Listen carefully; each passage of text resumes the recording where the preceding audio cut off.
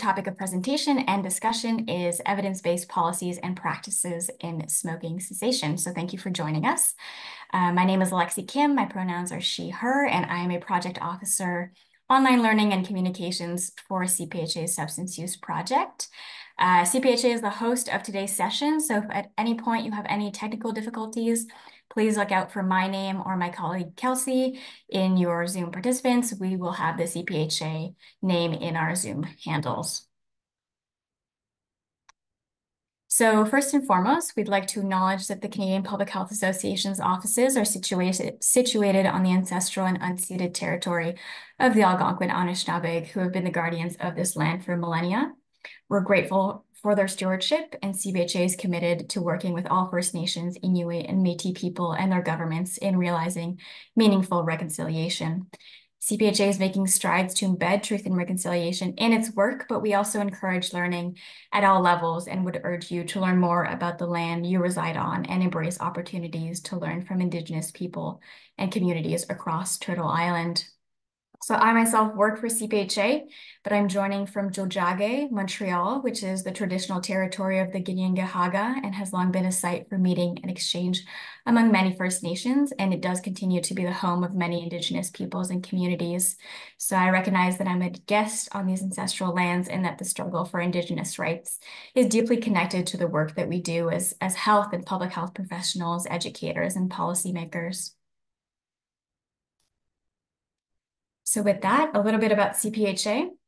The Canadian Public Health Association is a national non-governmental organization and trusted advocate for public health in Canada.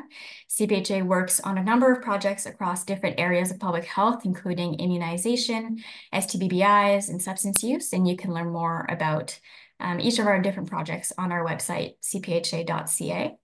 And over the last few years, Kelsey and myself have worked specifically on a project titled Normalizing Conversations, which focuses on building capacity for a public health approach to substance use. So as part of this project, CPHA hosted the National Conference on Tobacco and Vaping in 2023 in partnership with the Ontario Public Health Association. And this conference was an opportunity for academics, advocates, policymakers, and frontline practitioners to come together and learn and strategize on current and future issues facing the tobacco and vaping control sector.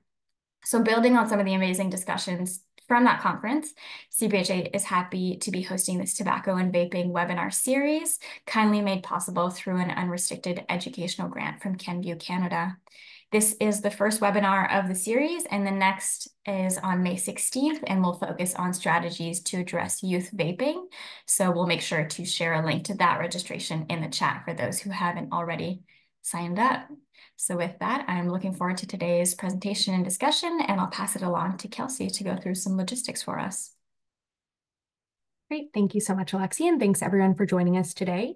My name is Kelsey McIntosh. I use she, her pronouns, and I'm a senior project officer with CPHA's Normalizing Conversations project. So as Alexi mentioned, we really hope that today's discussions can help build on the momentum that was created at last year's conference. And we recognize the limitations of using an online space, but we've included a few tools here to help make this discussion as interactive as possible. We really want to hear from you about different strategies and tools that you've been using in your work. So firstly, you'll see the chat function I'm sure everyone is familiar with. We've had lots of introductions already at the bottom of your screen. And this can be used as a way to exchange with other participants. You can feel free to add in any comments that you have throughout the presentation today. Next, you'll find the Q&A function. So we hope to use this Q&A as a place that you can submit any questions that you have for Dr. Selby throughout his presentation. And you can post your own questions here, but you'll also be able to upvote or comment on other questions that have been posed by participants on the call. If you prefer to unmute yourself and be able to ask your question or share, you can use the raise hand function, and this will let our moderator know that you'd like to be unmuted, and we can do that throughout the presentation today. As well, there will be a short break about halfway through our webinar, but please feel free to take breaks as you need. We know this is a little bit of a longer session, so you can get up, stretch, grab a glass of water, do what you need to do to be present with us today. And we'll also note that the session is being recorded. That recording will be available on CPHA's YouTube channel as well as on our website next week. And we'll just note that these slides will not be posted. So to foster that discussion today, there's going to be a series of questions that will come up throughout the presentation, and you can answer these in the chat, or we'll be using some different polls. So we'll begin with a quick poll just to learn about who we have joining us here today. So we'll get that started now. You'll see this pop up on your screen. And you can just take the next minute or two to answer these questions.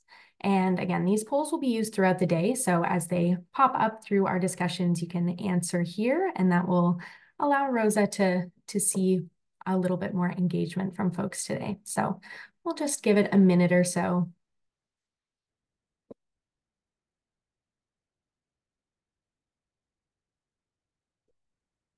So thanks, everyone. Looks like we have folks joining from across the country, which is wonderful. Looking forward to hearing from some different perspectives throughout the day. Great. We have lots of public health, some primary care policy folks here. Awesome. Yeah, and it would be great to hear as well about topic areas that you're interested in learning about today. And this can help hopefully shape some of the discussions that we'll have, but also help to inform potential sort of future learning opportunities that CPHA can offer. So looking forward to hearing everybody's input there. Just give it about another minute if you haven't completed the poll already.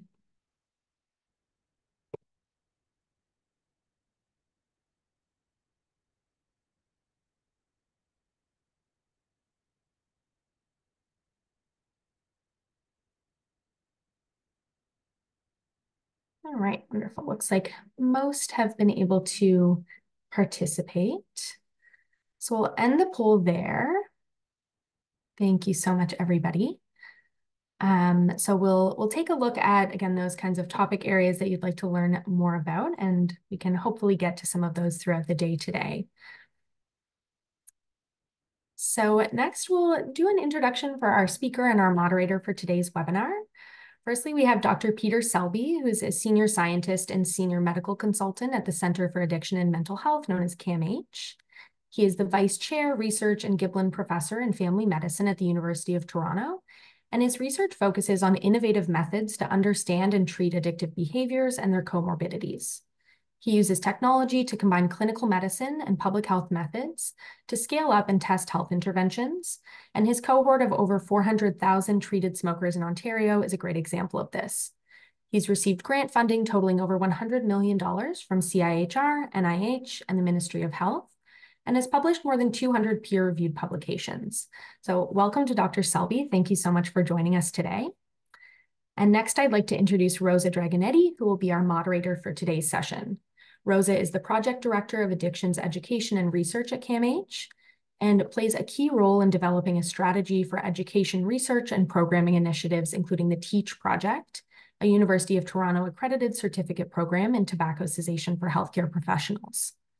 Rosa led the development of an extensive online program offering several courses to support the certificate program, and also supports training and education for all of the projects in the nicotine dependence program. She provides supervision to clinical staff and helps the development of clinical pathways and programs. Rosa started at the Addiction Research Foundation in 1992 and has been at CAMH since 2000, working in education, research, and as a clinician. She's developed treatment protocols and manuals, published several book chapters and journal publications, and has delivered numerous presentations, including at international events. So we'd like to extend a warm welcome to Rosa and Dr. Selby for being here with us today. Really looking forward to this webinar and the discussions that we'll be having together. And with that, I will pass it over to Dr. Selby to share slides and over to Rosa to get us started.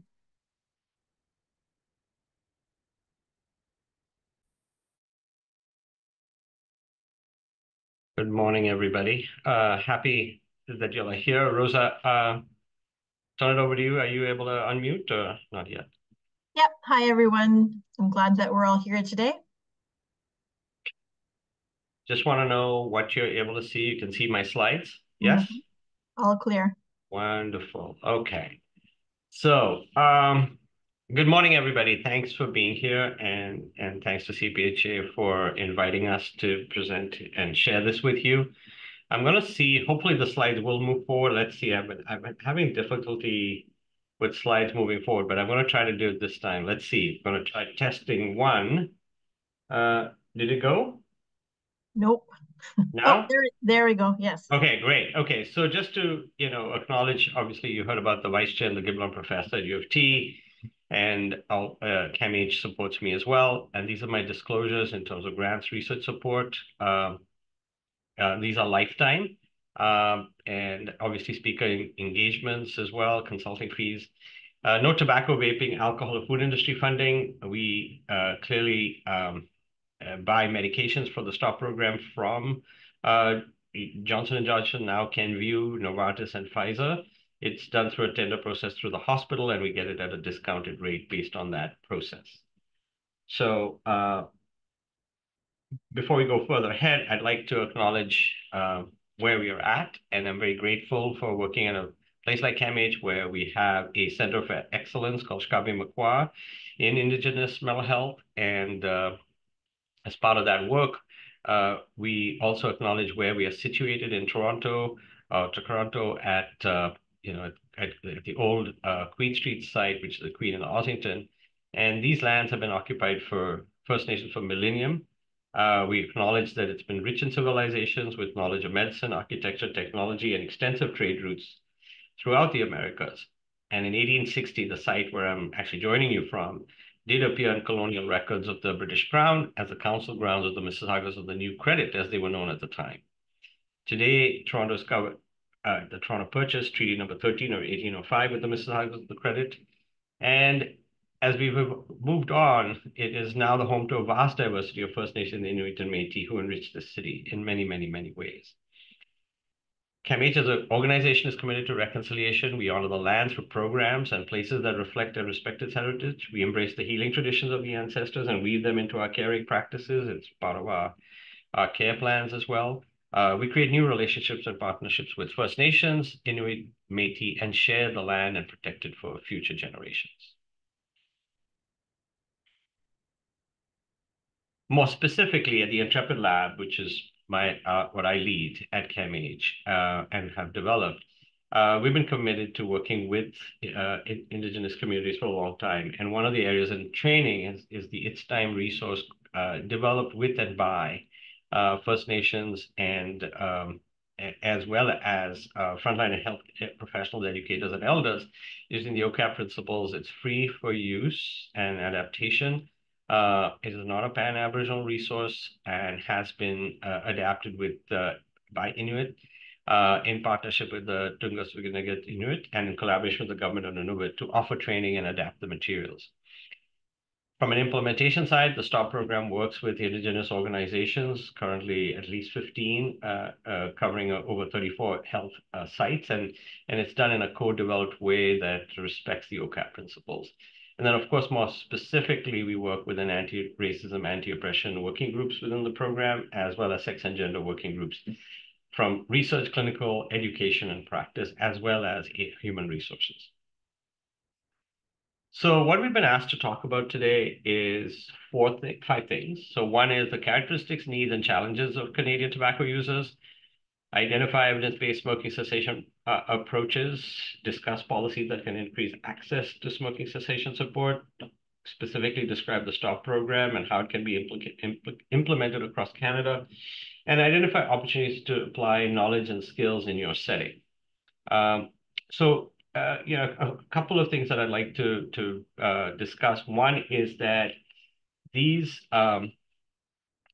please use the chat and type into the chat. Rosa's going to keep track of that as well, and we'll try to, as things go by, I'm going to ask her to interrupt me and point me to some of the questions that may be showing up in the chat to discuss.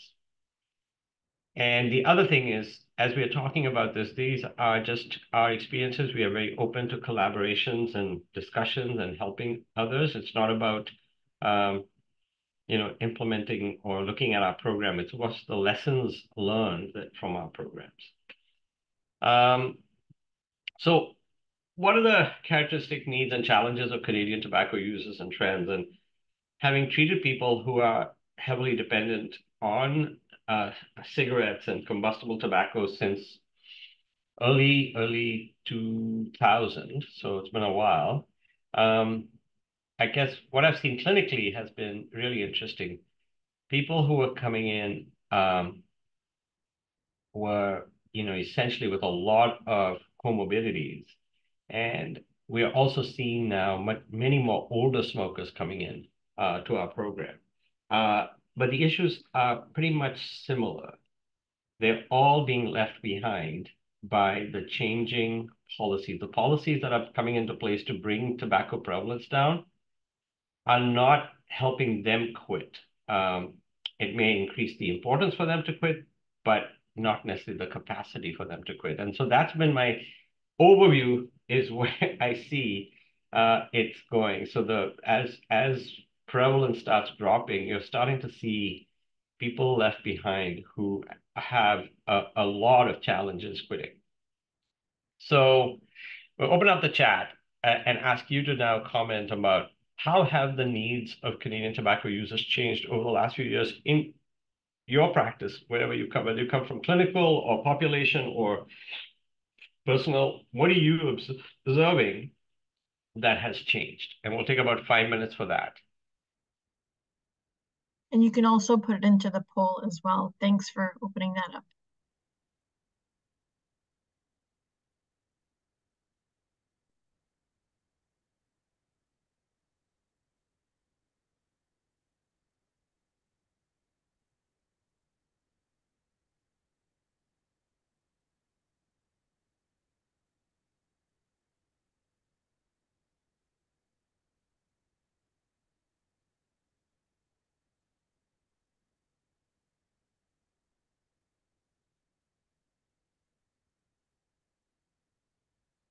People able to post into the chat, or are we having trouble? Oh,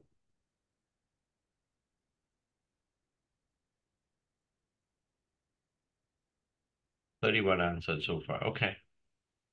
Are we able to see those results in the poll? Yeah, so we'll just give it another minute or two. Folks can put their answers in the poll, and then we can share kind of the results and have a little bit more discussion there.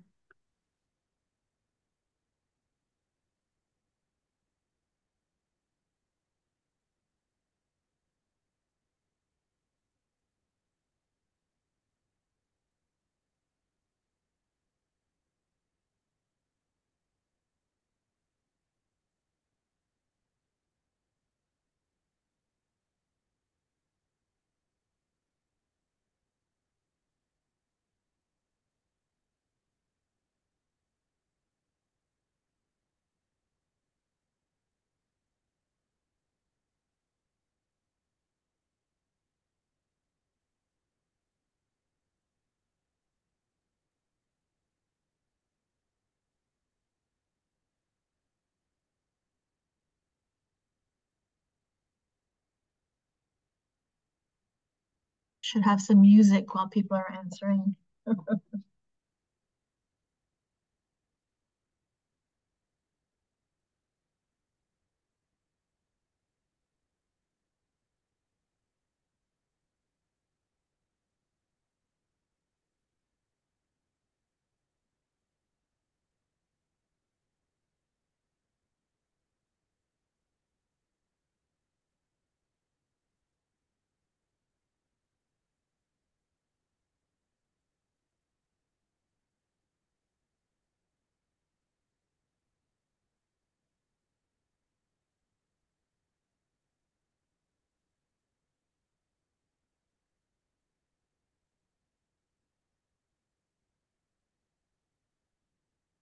I'm going to share results.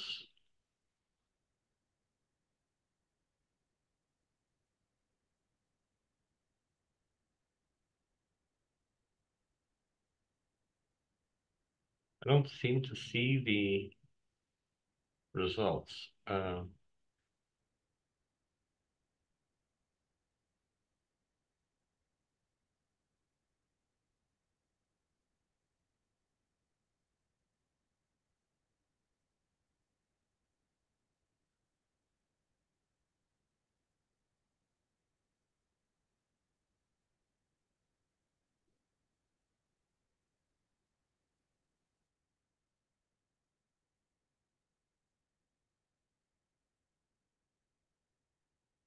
In my polls, I can't see view details. I guess I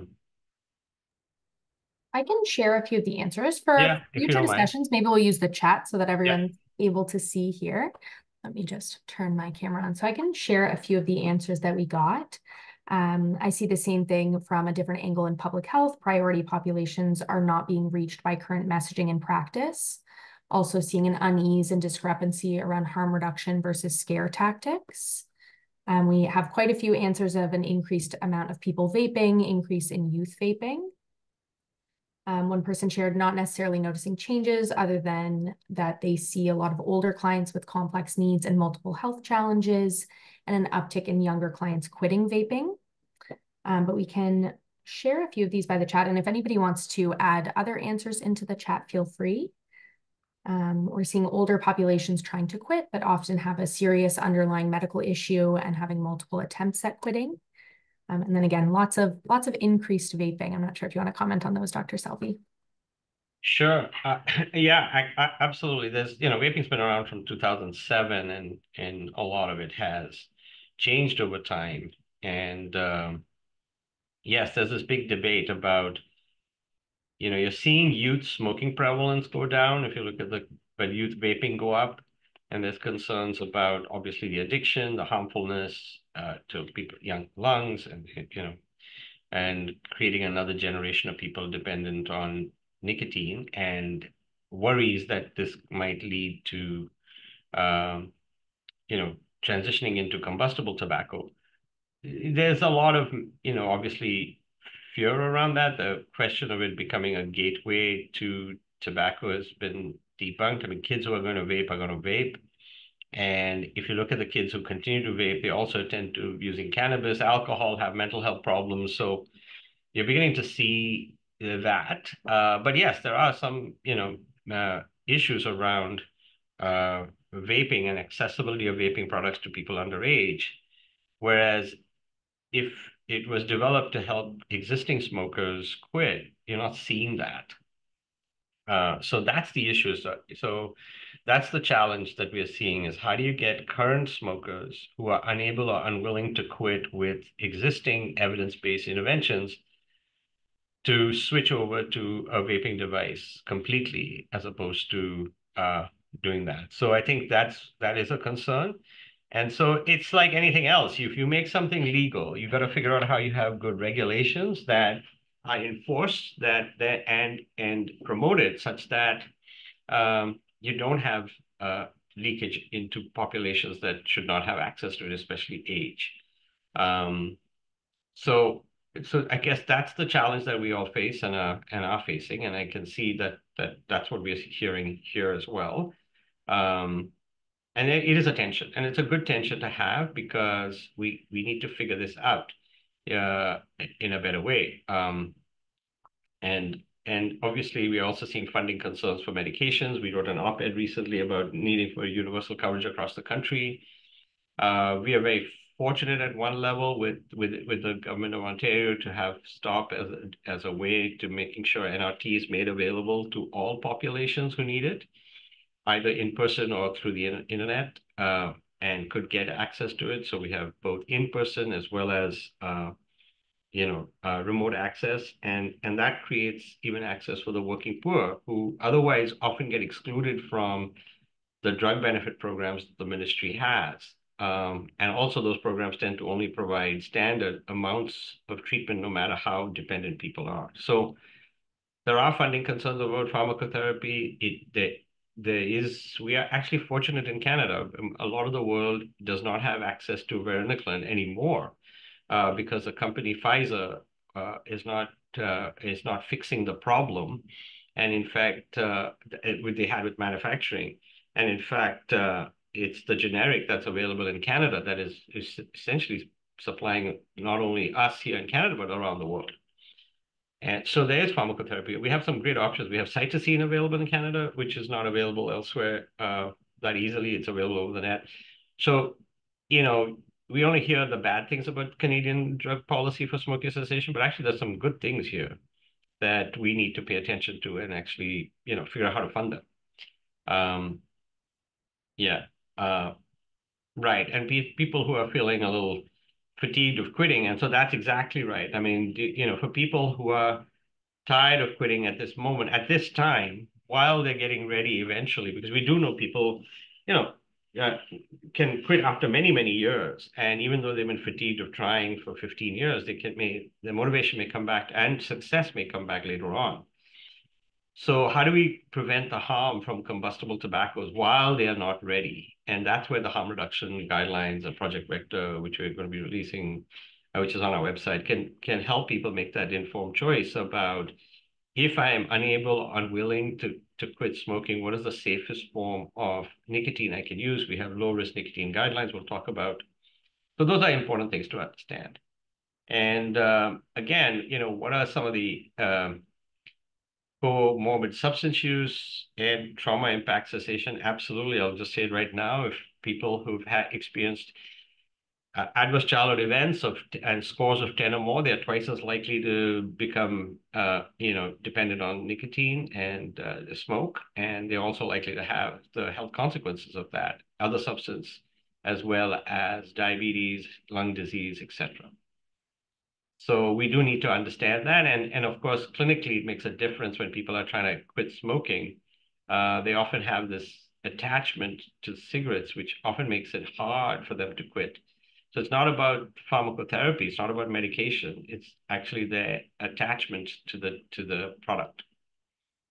Yeah. And so we are hearing about this. We can't just look at nicotine and tobacco by itself or vaping by itself. There's cannabis with legalization. There's also a lot of vaping off cannabis happening and edibles of cannabis being used, as well as tobacco. So we can't look at this in isolation, and as well as alcohol consumption is going up. So all of these things affect quitting smoking.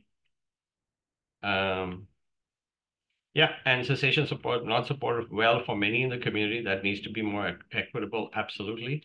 And what we're trying to do is certainly just a drop in the bucket. We need to do much more. And of course, contraband cigarettes, when the market, exactly that there's a market for that, they come up and they certainly do, and we do need to think about ways in which to reduce contraband supply. Okay, so I'm going to just go back to the thing. We are seeing some of these issues, and we'll get to the teens using pouches, and want to think about what that is about, and we'll think about where's the data for that, and how do we get the data for that. Okay, I'm just going to talking about that. And yes, Richard, we'll get to that as well. Okay. So I'm going to go back to the presentation. Sorry, you're going to see my head moving from side to side because I've got 3 screens going, just so that I can see the chat, my presentation, and the slides. So here's what we have based on some older data as well. We have about 16 million have at least one smoking related illness. That's a lot of Canadians. Old data, but we think smoking is still responsible for about 46,000 deaths annually in Canada, size of Woodstock, Ontario, or Belleville, Ontario, and 30% of all cancer deaths in Canada. Economic burden is high at 11 billion annually, increased 5.4 billion in direct healthcare costs. So it's still costing us a lot more. And generally, if you want to look at it, society subsidizes the costs of smoking, despite all the tax revenues. The good news is prevalence rates are dropping. And if you look at the tobacco use survey, now it's only 10, we're getting close to 10%. And that's really good, from 1 in 2 to 1 in 10. Clearly, tobacco control policies in Canada have worked, been able to bring overall prevalence down. Also, prevention efforts have worked well, because we are seeing never smokers staying as never smokers, and increasingly more and more cohorts are never touching a cigarette. So that's a good direction, that our policies are working in prevention as well. We are moving towards a target of 5 by 35, 5% by 35. So if we're at 10, there's some work to be done. And as you get lower down, it's going to be a harder outcome to achieve. So what has brought us here?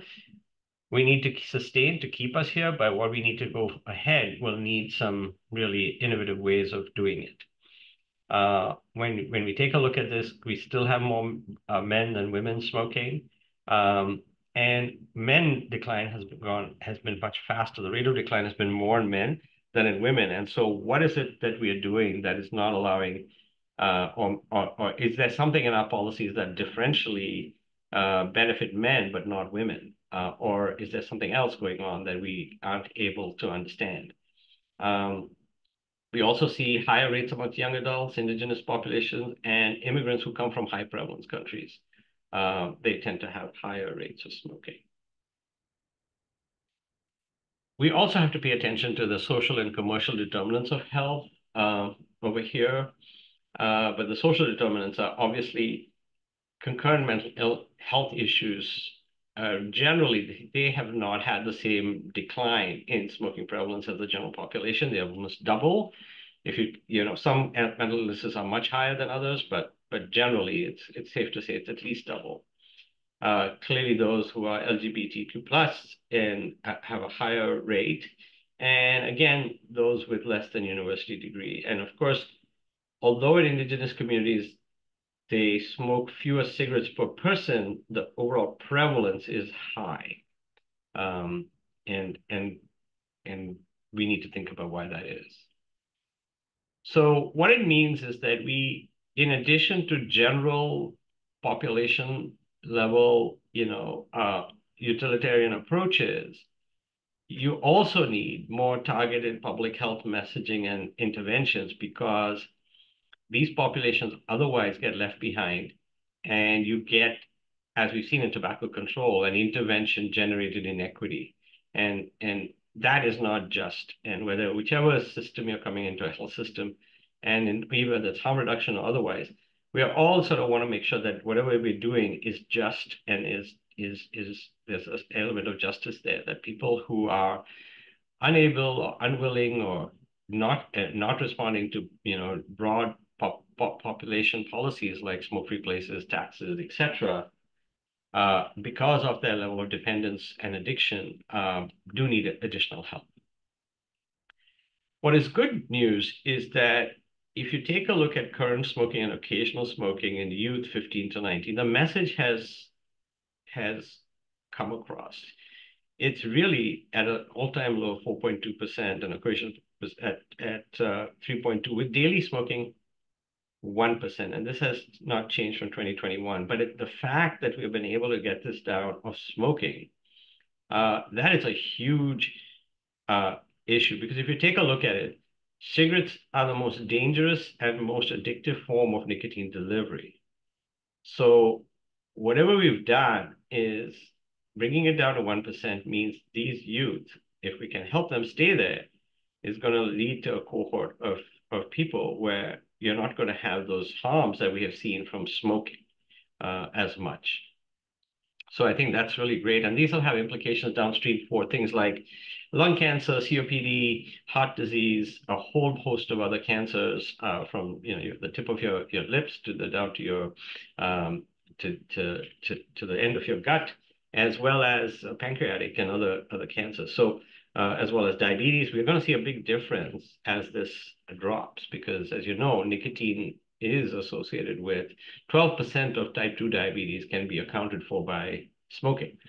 So if we can bring this down, the next generation cohort is going to have hopefully less and a different profile of health problems.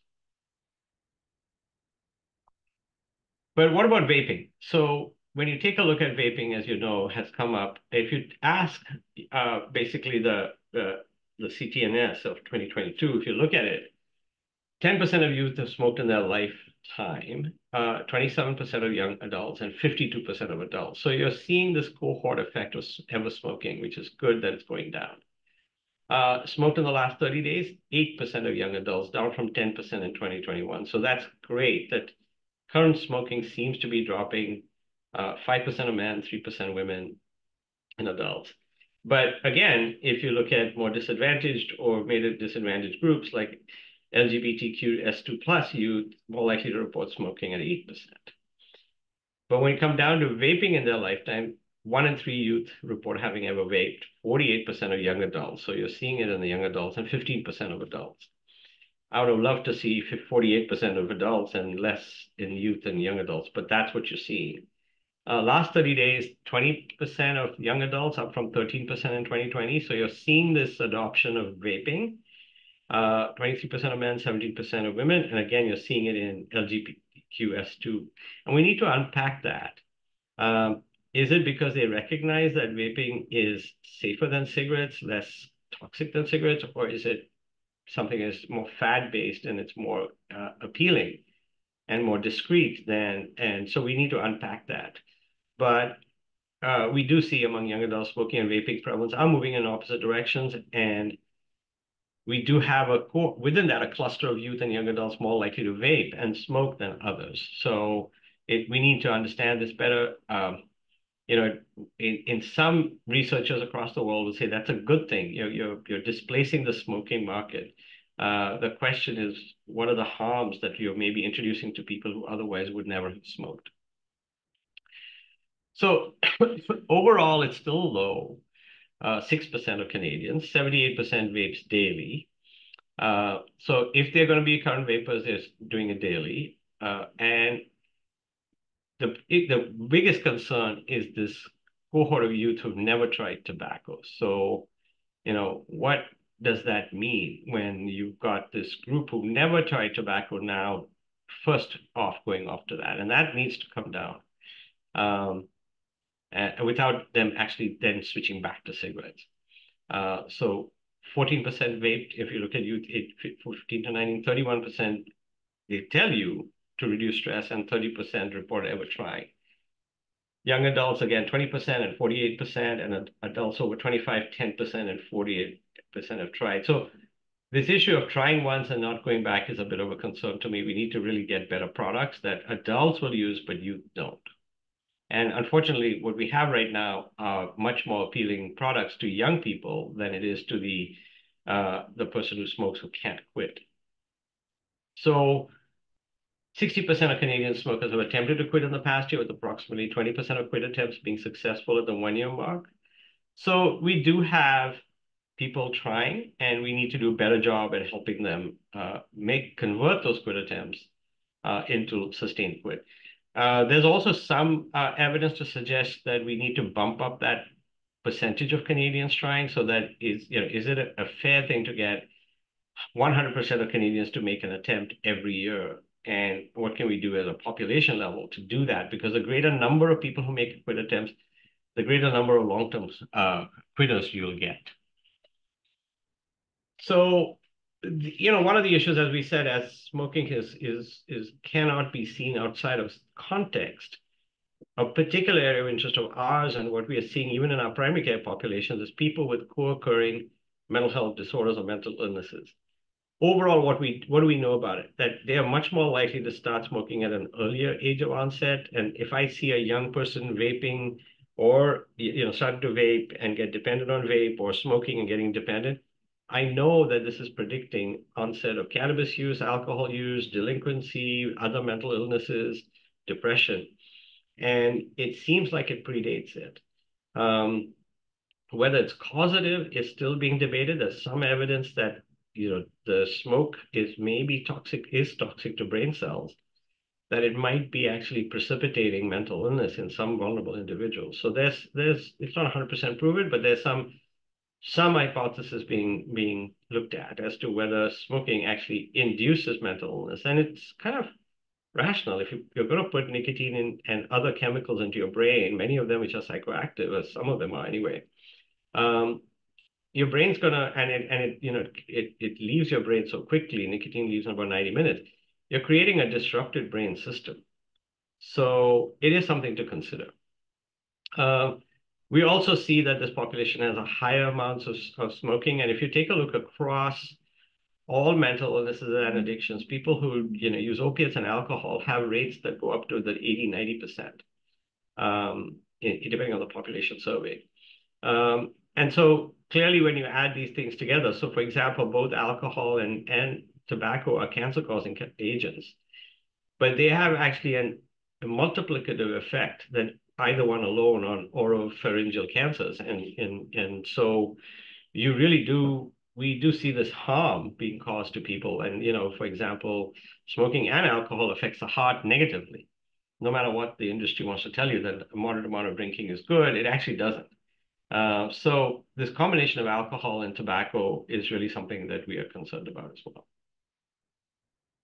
So just coming back in terms of whether you're a policymaker, a planner, a clinician, we're going to open up the chat. And this time we're going to use the chat instead of the polls to just get you to type in the challenges you face in the meeting, the needs of your clients, and whoever your clients may be, and what are some of the solutions you've been thinking around or you've seen that have worked for your clients.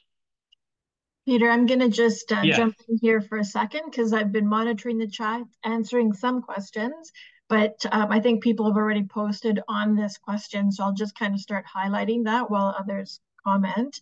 So one of them is the cancer system and the patients in the cancer system.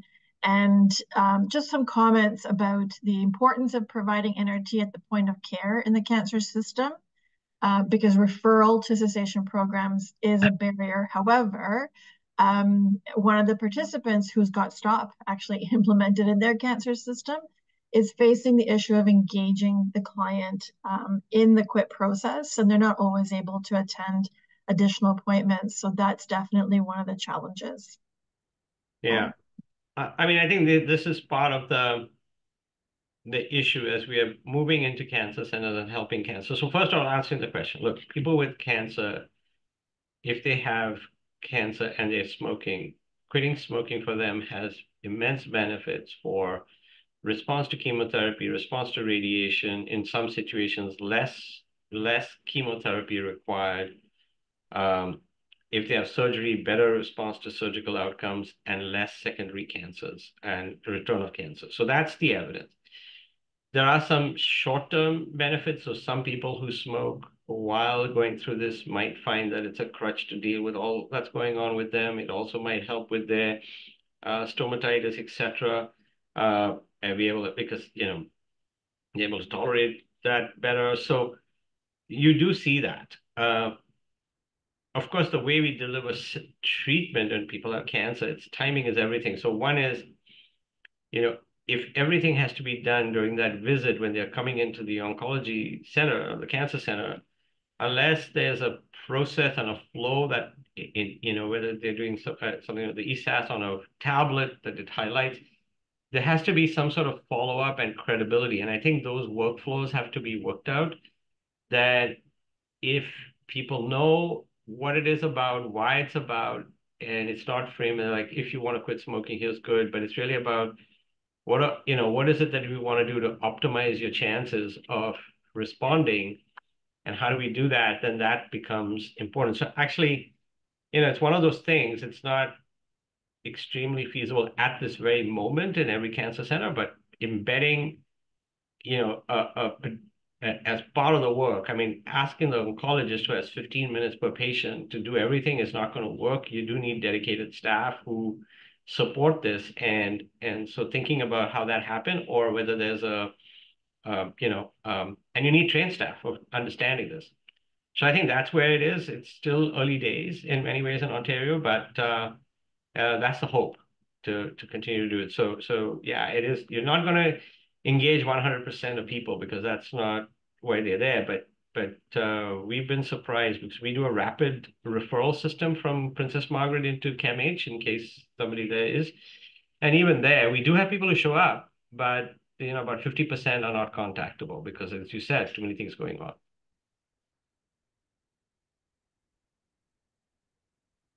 So back to you. Yeah, so there's lots of comments in the chat, Peter. I don't know if you can see, but some of the comments really talk about, I think one of the major challenges is the engagement of clients and their motivation to actually want to quit smoking. So, and vaping, by the way, that's also being commented on.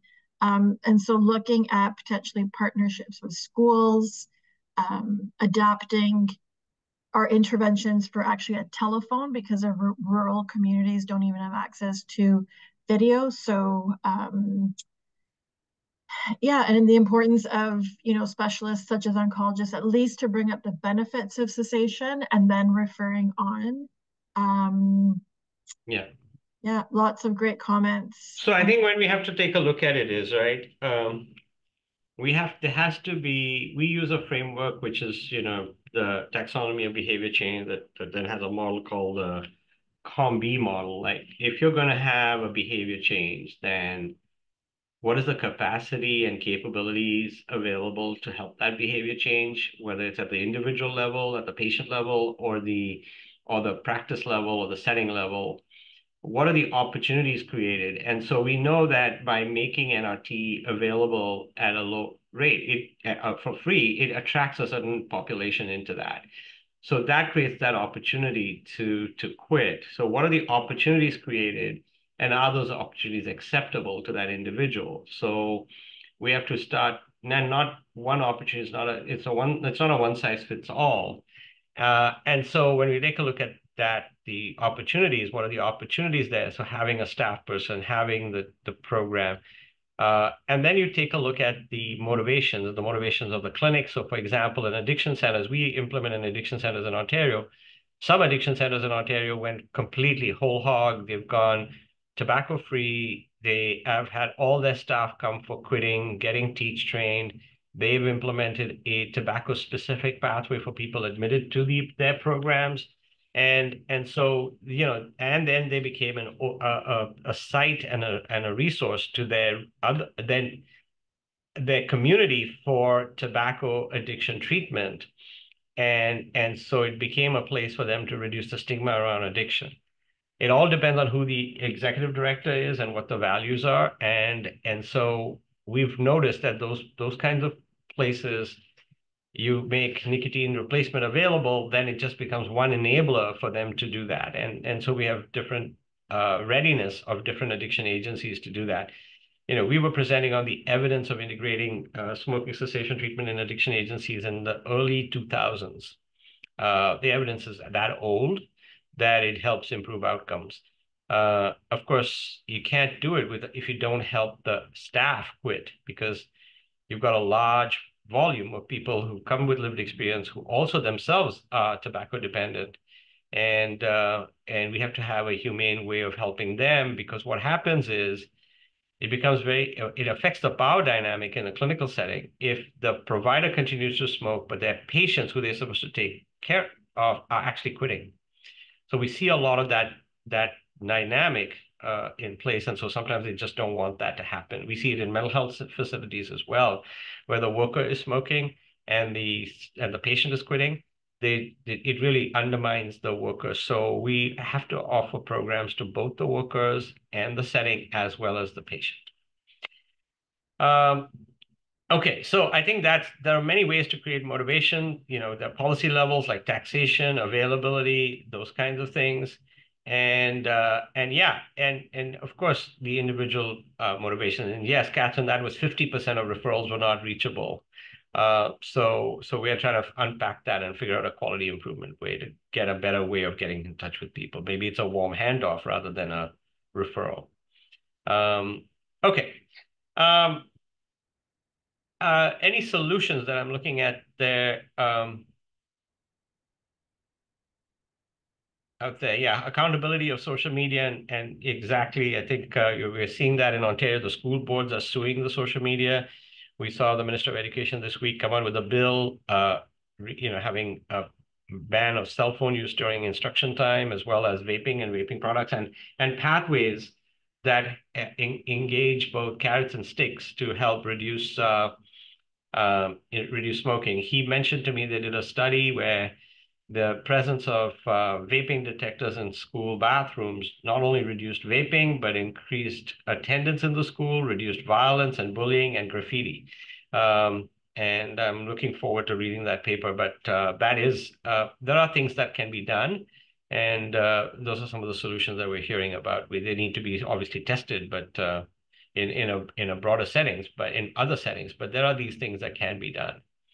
And that's what's happening, Cynthia, where there will be funding to help the messages being brought home to parents around and families around vaping, and especially.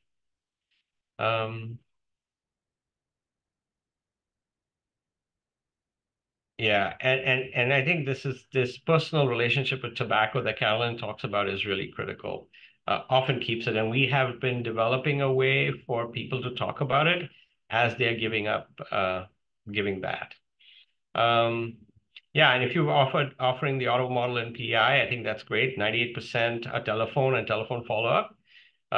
We do find that helpful over here. We can do phone as well as mail out of the nicotine replacement to their homes. And that is clearly a way that we need to think about. And we're seeing we're seeing more and more now people who are wanting to come in person.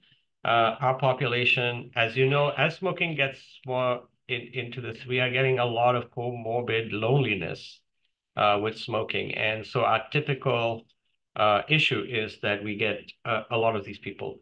I'm getting a hint that we are way behind, so I'm going to start moving us forward, but it's great to have this discussion and you're getting most of the content. Our slides will be available.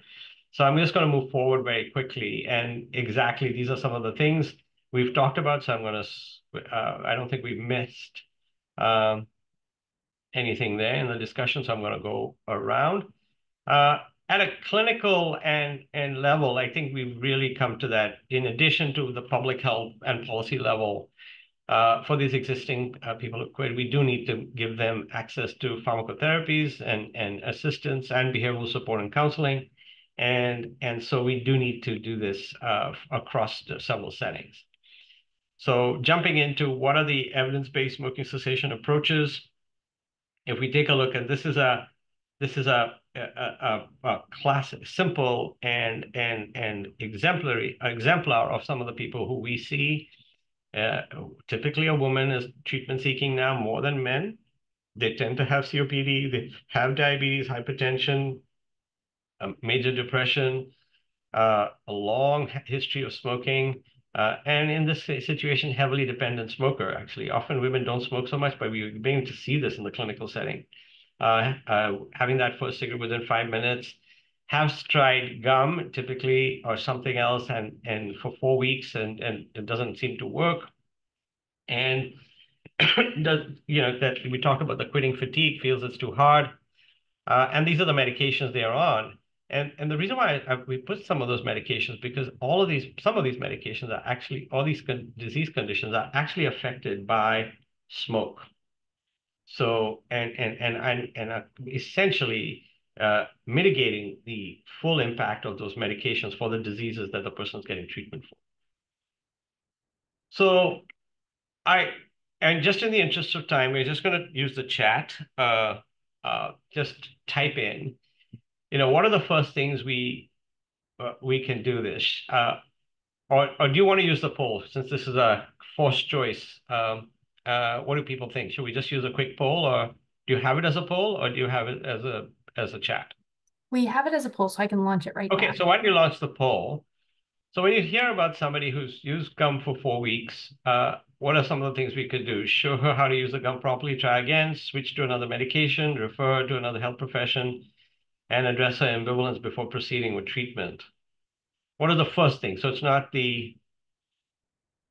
not the only thing. And it obviously depends on where you are in your role.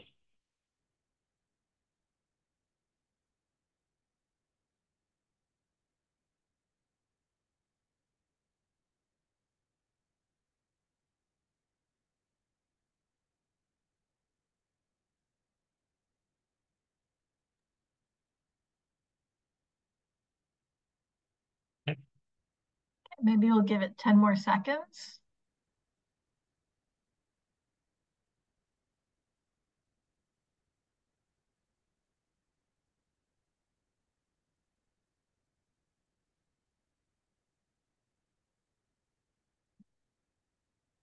Okay. So yeah, we're getting a lot of managing the ambivalence. And yeah, it is important. And clearly, as part of that, the options are whether gum is the only way to go forward. We do know that gum, any nicotine replacement by itself as a single product doesn't do as well as combination. So especially in a heavily dependent smoker who's at 25 cigarettes, you want to make sure um, you know, you want to make sure that they're getting adequate dosing. So this is not just whether she takes it for long enough, she needs a higher dose. Typically, also women need the 4 milligrams. So if they aren't available, at least doubling up on the twos, they tend to need a little higher dose than men. And so we, in that situation, we really, if they want to stay with nicotine and stick with the patch and the gum together. Uh, Switching to another medication is possible. She's already on an antidepressant. We might not. And referring, absolutely, if it's not in your bed, do refer to somebody who can help them through that. But what you can do is help that ambivalence before proceeding. So what is that they need to do? Uh, what we've known is that ambivalence is a very, it's a very nascent. It's not stable and it'll change over time. So we really try to engage people where they're at and try to help them move forward with that, and not just say, okay, this person's ambivalent and therefore they'll stay ambivalent forever. So it's not a category; it's just a state at that moment.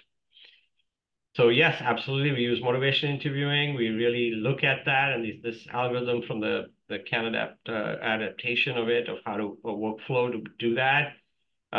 Clearly beyond the scope of today, but the simplest way to be motivational is to simply ask the person what is their understanding of it, with permission, give them advice around the condition, and then check whether they've understood and what they want to do next. So it's really like a closed loop communication. Uh, Ask them what their understanding of smoking cessation, what it takes, fill in the blanks with permission, and then see what they're going to do with that information. And that is the simplest way to operationalize motivational interviewing without much training. Let's say she's ready. What would you recommend? And let's do the poll again.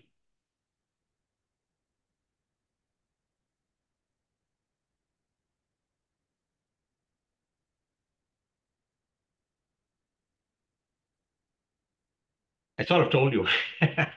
Well, that's just part of my closed loop communication.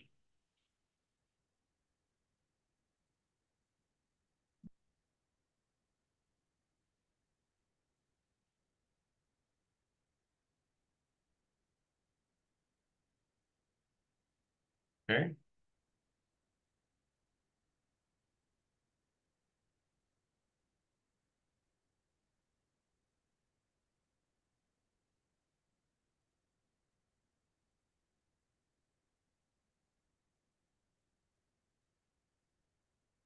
Okay, maybe Yeah.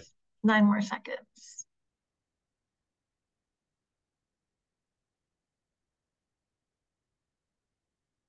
All right. So it looks like people want to offer her a combination of medication and counseling. Yep, exactly. So thank you. So we discussed that a little bit. This is where, we really need to do that. Gum again is not where we would go. Okay, so we know the optimal best of practice is to do both pharmacotherapy medication and it's better than either alone. Unfortunately, counseling is hard to scale up, hard to engage as much as we would like it. Um, People are not accessing it as much as they say they want to, and when you create it, they're not showing up. So there's an issue about what the perceived need is and actual demand is variable. So we clearly use motivation interviewing as a way to get people ready. We also use education. Most of smoking cessation is based on problem solving, which essentially, can help people, but it sort of falls under the CBT idea that there are ways to deconstruct your connection to tobacco, the feelings around tobacco, the behaviors around tobacco, and then develop alternative ways to do that. And it can be done by individual or group or telephone or web-based. But there are other things that we're noticing that people are asking of because they're trying to substitute what cigarettes do for them. For example, relaxation and mindfulness to manage cravings, to manage stress that may be driving their smoking. We also know social support makes a big difference. So having a buddy or somebody like that, but it's been hard to operationalize that and scale up a buddy support system if people don't have one. But these are the kinds of things. And out of all the, psychosocial interventions, web-based has not been and apps have not really shown, but text messaging certainly has evidence behind it. We all know, familiar with the brief interventions, which is basically screening for it, giving some advice, assessing readiness to quit, helping them quit, and then arranging for follow-up. And then, and this has sort of been pushed out in the 80s and all through the 90s to health systems to try to do this. The implementation of it has been hard because of the nature of how we have it set up in Canada. But we continue to try. And so in Ontario, with the STOP program, we flipped it. Because the prevalence is so low, practices where the prevalence is less than 20%, that means for every 100 patients, they'll only find 20. That means even if asking takes a minute, their return is very low. So they often start abandoning it because of what's happening in the EMRs and the reminders. It doesn't sustain them. So when we spoke to them, we designed it the other way. We made the treatment available, and then that's what drives the screening. And so, yeah, data is a bit murky, but what you do get is actually more people getting an intervention than if you tried to go this linear way.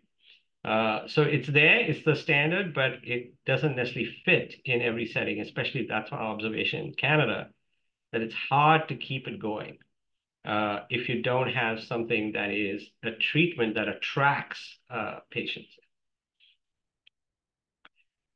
So we also know that some people need intensive clinical interventions beyond the 5As. This really might need 4+ visits. And each visit is more than 10 minutes, no more than 20 or half 30 minutes, but could be, but you need somebody suitably trained and you need people willing to come. And it's got to be more than just, here's how you quit. It has to do with working through the difficulties of quitting.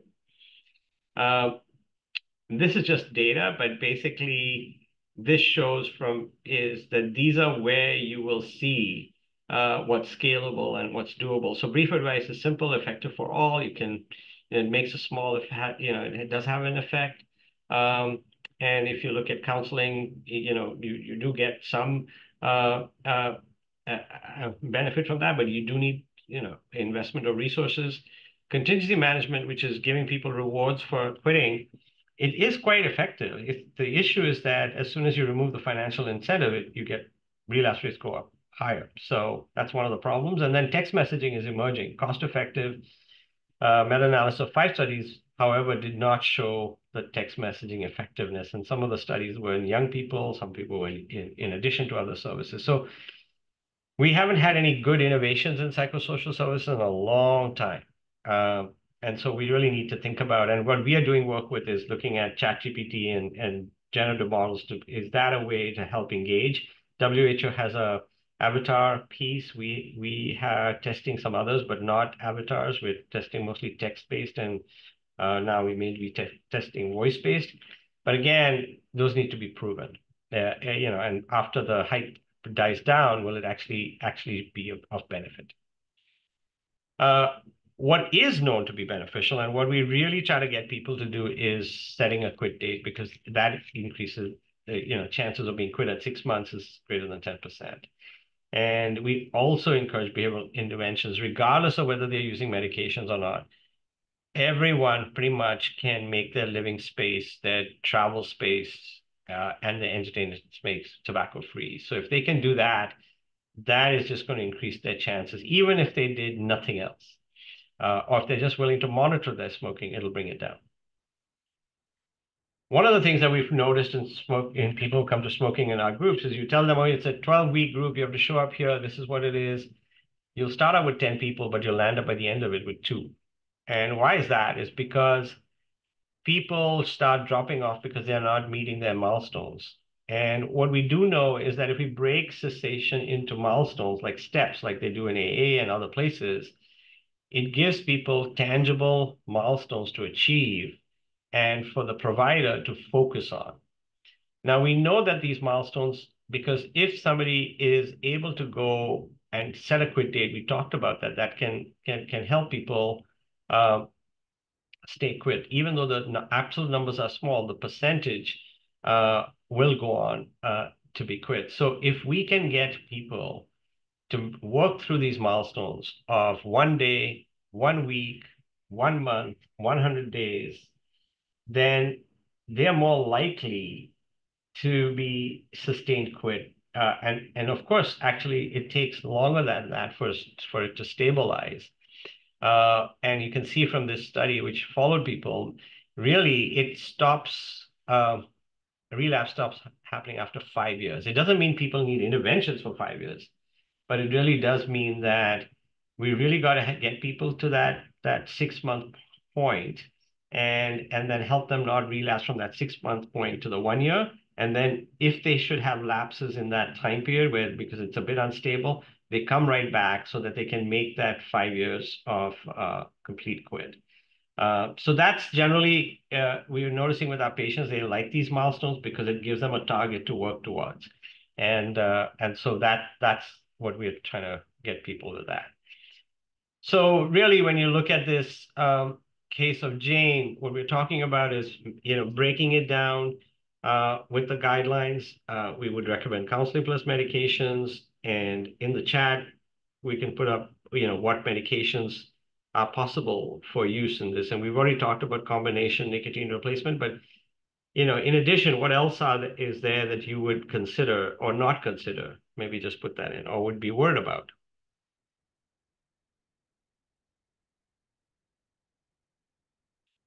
We'll just go into the chat. I think people are thinking about it.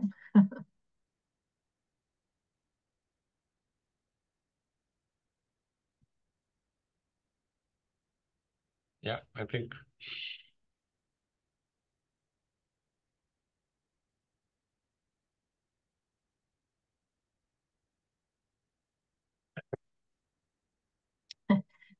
Peter, you've got some interest in the AI and Yeah.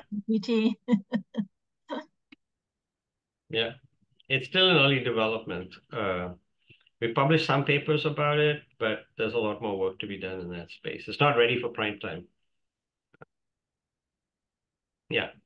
So excellent. So here's some of the things. So we've said, let's go through some of the evidence-based medication. So clearly, if somebody was going to give this person bupropion, she's already on an antidepressant called venlafaxine. Interestingly, when you take those two medications together, the bupropion inhibits the metabolism of the venlafaxine, so the venlafaxine dose has to be lowered, otherwise the person may just get overly stimulated and have something called a serotonin syndrome. It's just, it's theoretical, but it can happen, so you just have to monitor people. Psychiatrists give people venlafaxine plus bupropion all the time, especially if their depression isn't in remission. But in this case, it is. So, it's really making sure that if they're going to take bupropion, that there's some monitoring. The other thing is varenicline. Absolutely. So varenicline could be used in this situation, especially if the depression is stable.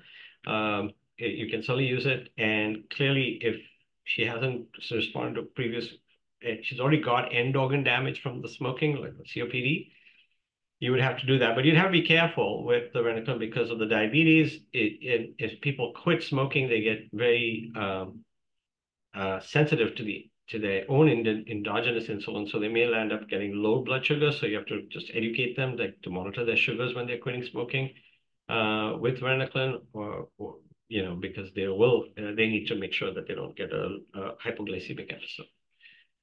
You could use high doses of patch and gum, absolutely, and And then we do know that combination nicotine with varenicline is also possible. There's studies to show that they're more likely to have side effects, but clearly. And cytosine is not been tried in this population, but clearly, it's a precursor I mean, it's a natural product that was used to design varenicline.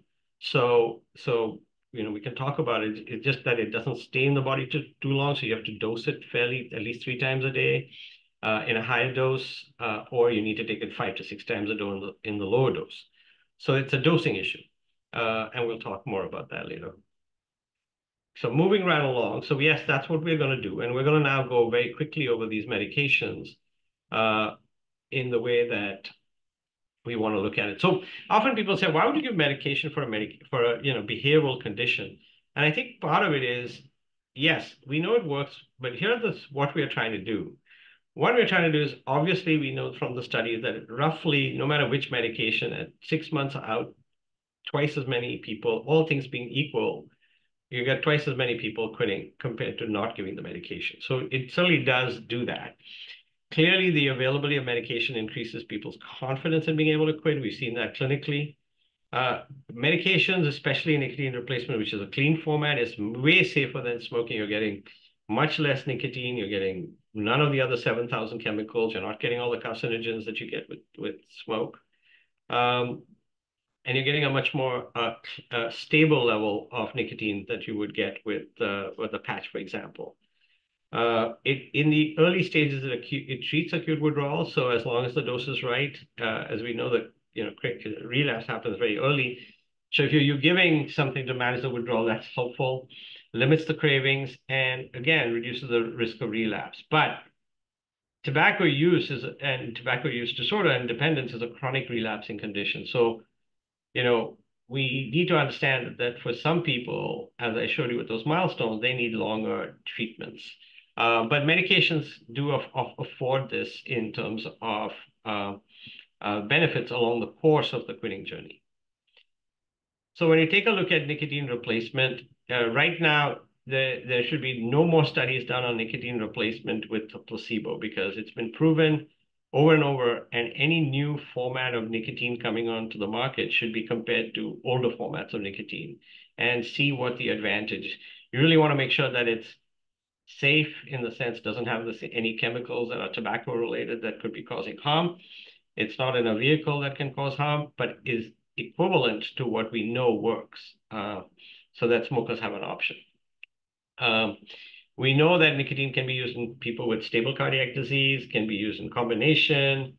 You obviously can quit on the same day you started, but you can even after 4 weeks, up to 4 weeks after starting it. That means the pre-quit NRT is also a model that can be used. If they use nicotine on top of it, we really want them to understand why they're using that nicotine on top of it. Clearly, they need to be educated about what toxicity looks like, but most people don't. The reason why they smoke on top of a patch is because the patch is not strong enough or the habit system is getting in. And they just need to, we need to adjust the dose. Patch, abnormal dreams, insomnia, local skin irritation, all the forms of NRT, it's all local for the most part. And when we start with people, especially if they're vaping and we really don't know what nicotine dose they're on, we start with either a low dose patch or just short acting and then bump up the dose till they say 2 things. One, I can go 24 hours without a cigarette and I am not jonesing for it.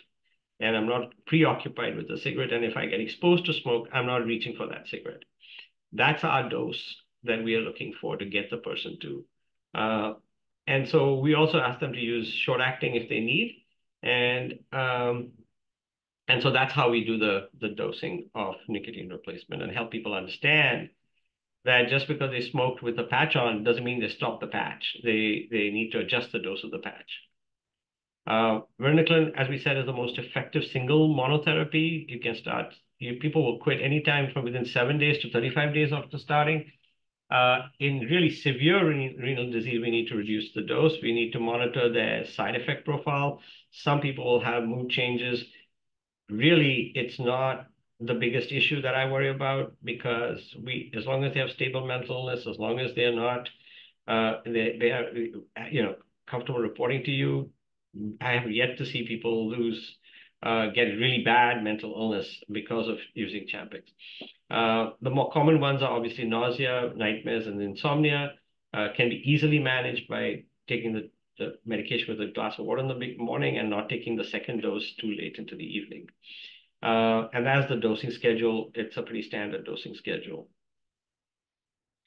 When we take a look at it, this is, depending on who you're looking at this is updated as in 2023. If you take a look at varenicline, more than doubles the quit rate compared to placebo. So it's, this is people, everybody's getting behavioral counseling. You add varenicline, it'll double the quit rate. It increases the quit rate by 36% compared to bupropion, showing that it's more superior to the bupropion. And it is also more superior to single forms of NRT. But it's no different than combination NRT. So when we see patients, we offer them both as first line. You can either take varenicline or you can do combination NRT. And overwhelmingly, people are choosing dual form NRT from a patient level. Bupropion, again, as I said, it was an antidepressant, but is effective smoking cessation aid 7 to 10 days after smoking. If you go over the dose recommendations, you may cause seizures, so you can't go above the dose recommendation. And of course, you can't give it to people who have seizures or bulimia, anorexia, liver failure, or on other medications that block the metabolism of bupropion. Not block them, of monoamines that bupropion will actually act on. So that's where you don't do that. Dry mouth, constipation, agitation. For the most part, people tolerate bupropion really well, and we find it quite a good medication. It's very cheap. It is covered for people under drug benefits in Ontario, but it's a cheap medication if people don't have coverage. Here's the evidence about it. It increases the quit rate by about 60% over placebo, so you can see over 50 studies where this is it. It's not any better than NRT. And it's no better than single form, and it's worse than combination. So basically, it's not to say that's not effective, but it's combination certainly comes out on top. So varenicline or combination NRT, and then bupropion is falling more like your second option. Okay. Introducing cytosine. Cytosine comes from the laburnum plant. It's a naturally occurring plant alkaloid. Post-World War II, where those in the former Soviet Union, Bulgaria especially, and others regions there that had low availability of smoking, people would chew the leaves of the plant and found that it would mitigate nicotine withdrawal. And the active ingredient was cytosine. It affects the alpha-4 beta-2 receptor where nicotine acts and where varenicline acts. And so it's been demonstrated effectiveness compared to placebo in 4 trials. And when you look at this, and it increases the quit rate by about 30% compared to placebo. But really, in the head-to-head comparisons between varenicline, there's no clear evidence of difference. But it just means that, we have patients who say, I don't want to put chemicals into my body, but I'll take a natural product. Great choice. I often have to remind them, but you're putting 7,000 chemicals with the cigarette, so let's get rid of that first. And this is a way to do that. But sometimes people don't want to take. But cytosine, the issue with cytosine is that its availability is through the internet and some pharmacies, so trying to get it sometimes takes a while. Peter, I think we're just going to take a break here and give Okay. people some time to stretch and do what they need to do. So it's 12:21 Eastern Standard Time. So maybe we can come back in 15 minutes. Is that okay? Okay. Go ahead. Right. Okay, that's great. So I looked at the chat. There are a few questions at this section around treatment. The challenges with cessation is obviously we know there's broad challenges, individual level, lack of knowledge, believes in the harms of smoking, and that they've had examples of family members who smoked till their 90s and nothing happened to them, etc. So there's a whole range of reasons why individuals don't, and many people don't appreciate what kind of toxin there are in cigarettes. So we really And the other thing is about the attitudes towards getting help. Most people think that they should just do it on their own. There's a message that you should do it on your own, and that meds are sort of signs of weakness or they don't work, and they don't necessarily see the benefits of quitting smoking. Clinically, we have the same problems. Lots of clinicians don't believe treatment works, don't offer it. And then the system doesn't create systems of coverage or accountability for the health system to actually address it in a systematic and pragmatic way. So before I go to the next session, which is around harm reduction, I'm just going to answer a few questions that I saw in the chat that I'd just like to want to address. One is the issue around, when people quit, what is the risk of hypoglycemia? It is whether it's type 2 diabetes or type 1. With people with type 1, at least they're checking their sugars all the time. So they're going to know if their sugars run low. What I do pragmatically is when people with diabetes are quitting, I ask them, can you tell when your sugars run high or can you tell when your sugars run low? And how often are you testing? Because here's what can happen. I haven't seen a published paper on the prevalence of this or how high the risk is, but what happens is people, if they maintain the diet, may experience, a reduction in their blood glucose. But most people, when they do that, just compensate. Why do they compensate? Because nicotine withdrawal people really get a craving for sugar and sweets. So sometimes that's what happens. But sometimes they don't think to do that, and so then their sugars drop. So that's more clinical. So Richard, I can't answer the prevalence. I don't know exactly, but it is one of the areas. And if you looked at some of the studies in Varenicline where that happened in people with getting hypoglycemia, there are those case reports that show that from there. So we just be a little bit more cautious. In terms of using spray versus other formats, it's really personal preference. Some people don't like the spray because they'll end up spraying the back of their throat and gag. So we often ask them to lift their tongue up and spray the bottom of their tongue. From a cost of acquisition perspective, it's more expensive. And clearly when it's a public payer, you have to wonder, if you have a fixed budget, how do you manage to get, more people covered? And so lozenge gums and inhalers seem to be good options, what people want. And of course, it's really where people are at. So we work it out as to, for example, my patients who have poor dental hygiene or have lots of, cavities, etc., or have dentures, lozenges seem to be better than the gum, or can get the technique quite right. Then the lozenge is a good one. Of course, you have to be careful with both those things with people who have a choking risk. And inhalers, again, with people who want the hand-mouth experience and are okay with it being a public display of quitting, then yes, inhaler is a choice. And the spray, again, is a lot less technique. It's basically spray and you're covered. So it's really that kind of preference and use. And all short-acting ones, in my opinion, work if you use it instead of smoking. And so that's how we would take a look at it.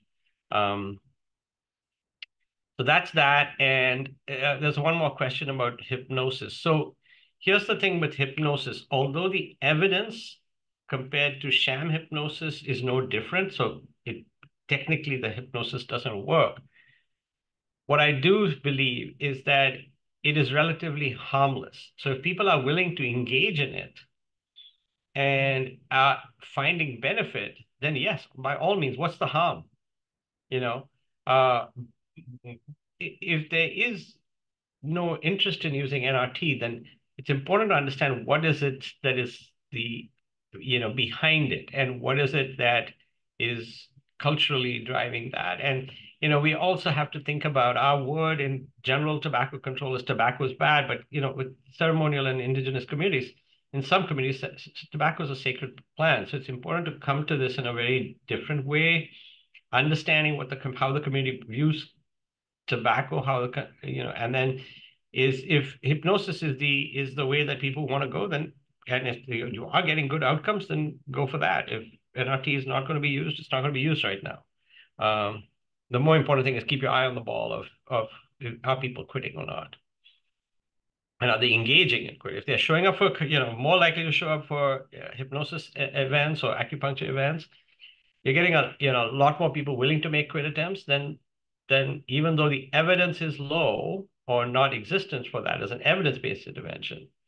It's a pragmatic approach. Okay. Oh, and I'm going to now reshare my slides. I think well, the sharing stopped. Yeah, exactly. Sorry about that. Let me share again. Okay, so that's just the summary of what I just said. And then we're going to go to the next level, which is the next part. Again, we're going to hopefully you can see it. Is it coming? No, yeah. So this is the word cloud. So I'm going to give it back to the team to answer this question and make this happen as a poll, I guess. Peter, there's no word cloud software. Sorry. Oh, sorry, no word cloud. So just type My in. bad. Our word cloud is going to be in the chat. The chat. Okay, so word cloud in the chat. And again, laser treatment, no effect. The problem with laser treatment costs a lot of money for people, but well, it doesn't have any. It's mostly the placebo effect. But if people are willing to go and they quit and they're willing to put that, then fair enough. It just doesn't meet the criteria for public funding.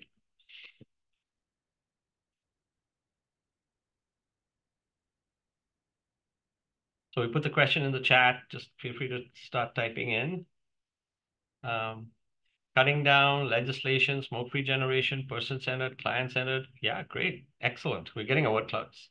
Snacks. Snacks is a harm reduction. Okay. I'm curious. Please expand on what you mean by snacks, Sean. Meeting patients where they are. It's a reducing client-centered care, reduction.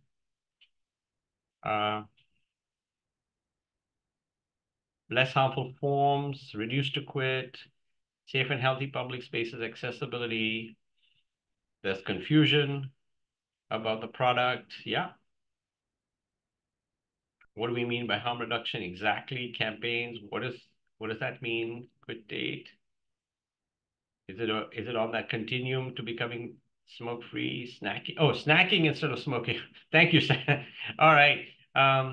Replacement for some of the goals. So excellent. I'm hearing all this about how we go about it, what we do.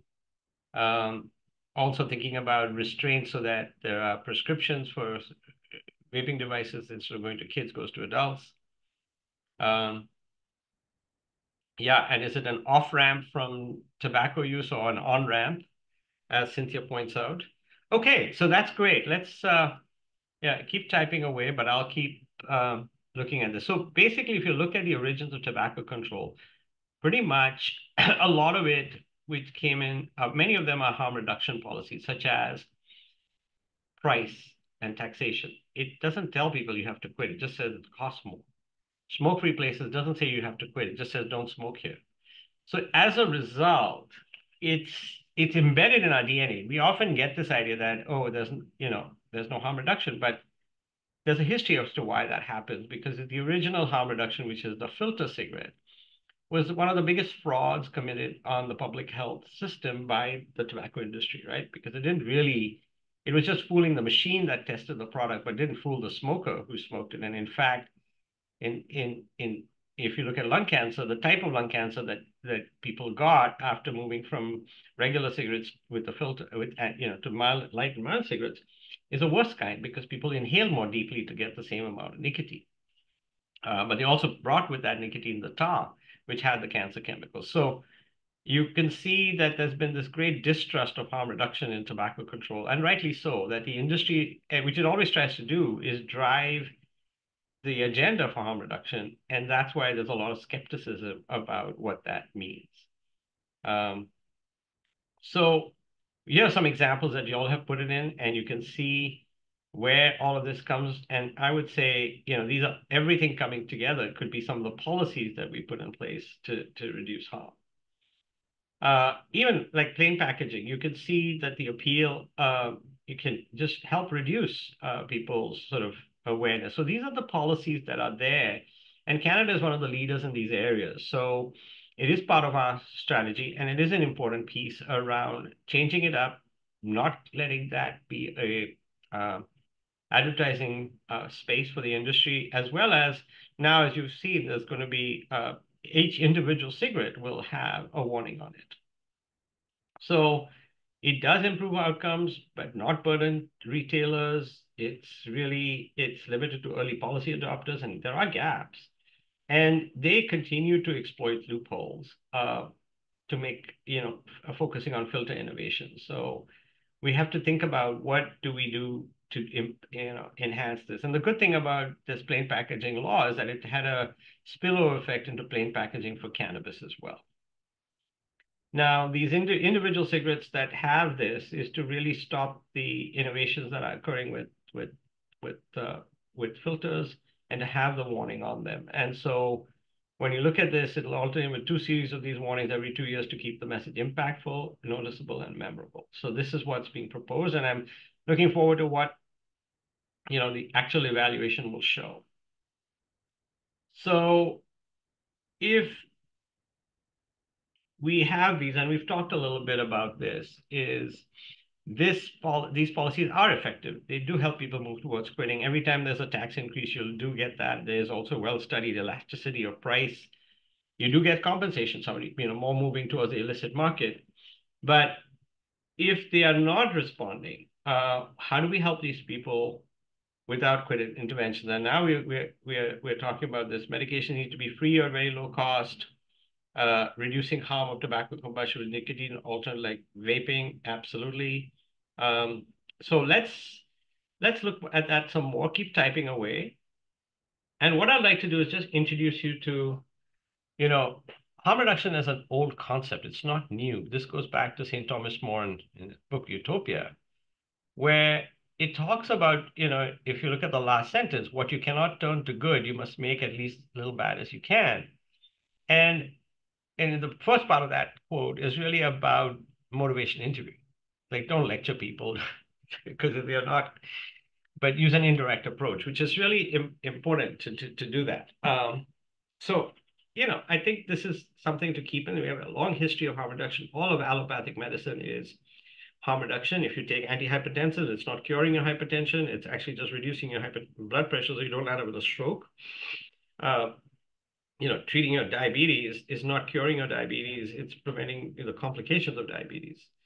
Treating with an antidepressant is actually, it's not curing your depression. It's helping depression go into remission so you can live your life. And those are the kinds of things. So allopathic medicine is not about cure in many cases. Some cases it is, but mostly it isn't. And so we try to reduce the harm from chronic disease. So it's not, it's not antithetical to what we have to do. But so we have to take a look at what are some of the individual level harm reduction practices that people can do. Clearly, reducing the number of cigarettes smoked per day reduces the total exposure, but cutting down doesn't necessarily reduce the risk because people can compensate by taking more and deeper puffs. And so, but if they start cutting down, they may see that it's possible to quit. So it is not a bad individual intervention to get people to start monitoring their cigarettes and start cutting them down as a way of coming off.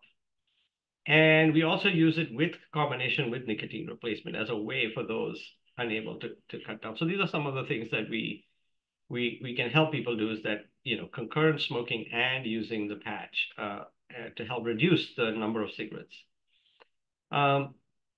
We also know that there's been studies with looking at reducing the amount of nicotine in cigarettes. So these very low nicotine cigarettes in studies have shown you can decrease the uptake of regular smoking, decrease the amount of people who smoke, and increase the likelihood of smoking cessation.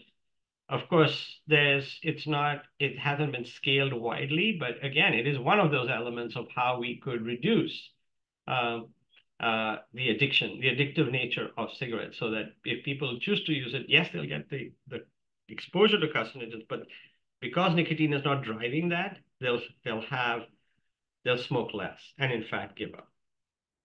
So these are the results in the systematic review, which basically says among those who were randomized to these VLNCs, very low nicotine content, the issues were lower than conventional cigarettes due to the reduction in the number of cigarettes smoked per day. So the dependence potential is low, but you do have to worry about compensation of smoking when nicotine is reduced, because if you just only have, people can easily buy other brands.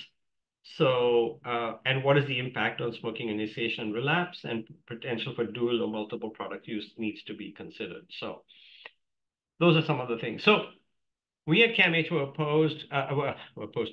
approached by the government to really take a look at, can we create a resource for people to understand, for those who are not ready, can you develop some guidance around the evidence to help people make a decision to use nicotine in its safest form for those who are unable or unwilling to quit? And so this is on our website. There's an evidence brief, there's the guideline, and there's the tips that can help people for patient-facing or consumer-facing use. It needs a little bit of an update, but you can see how we've done it by risk. So cigarettes have the most risk, and going all the way down to nicotine replacement. We have to now, with the pouches, we still have to figure out where to put them. Technically in Canada, they will come under nicotine replacement because they've been authorized for the use of for smoking cessation as a natural health product. So we've just said the yes, no, the continuum of risk, and you can see the least risk occurs with nicotine replacement. We put a little bit of an asterisk next to the addiction. Depending on how you define addiction, there will be continued use of short-acting nicotine replacement. And some people, they'll feel addicted to it, but they will definitely have a lot less harm compared to what they were doing with cigarettes. And reproductive health, it's a bit of a question mark as to whether it is harmful or not, completely or not. So really, this is just that the continuum of risk that people can make an informed choice with a counselor if needed, but be self-empowered to decide if they do wish to consume nicotine, which is the safest. You can see cigarettes and water pipes are the worst. What about e-cigarettes and non-tobacco? So as we know, e-cigarettes have come a long way. They're non-combustible delivery of nicotine. I just want to clarify, people need to know that nicotine is not a carcinogen. It may be a cancer promoter in the presence of other carcinogens, but it by itself is not. And if you take a look at it, there's no increased risk of cardiovascular, other detrimental health effects associated with nicotine intake per se. And clearly, this is always in relative terms, relative to current smokers. So you will get an absolute harm in people who've never smoked who take up e-cigarettes. Absolutely, that's just going to happen because anything you do new that's going to have a little bit of harm is going to harm people. But we are talking about relative risk. So the risk in somebody who's smoking compared to somebody who switches to e-cigarettes. So in that individual, there is an alternative that is underused. And so clearly we know that on all measures that we know of, e-cigarettes are less harmful than smoked tobacco. Here's a very old study. It's coming over to 10 years now from Buffalo. When you take a look at the conventional cigarette in the micrograms in mainstream smoke was about micrograms and 15 puffs of an e-cigarette, you can see that conventional cigarettes have sort of the ratio is about of 9 of formaldehyde, 450 for acetaldehyde, 15 for acrolein, 120 for toluene, and 380 for NNN, which is a nitrosoureane nicotine, and NNK 40 times. NNN and NNK are the tobacco-specific carcinogens. So, this is a no-brainer. If you're wanting to make a choice of a product to reduce your exposure, you are going to reduce your exposure in these very, significant chemical exposures.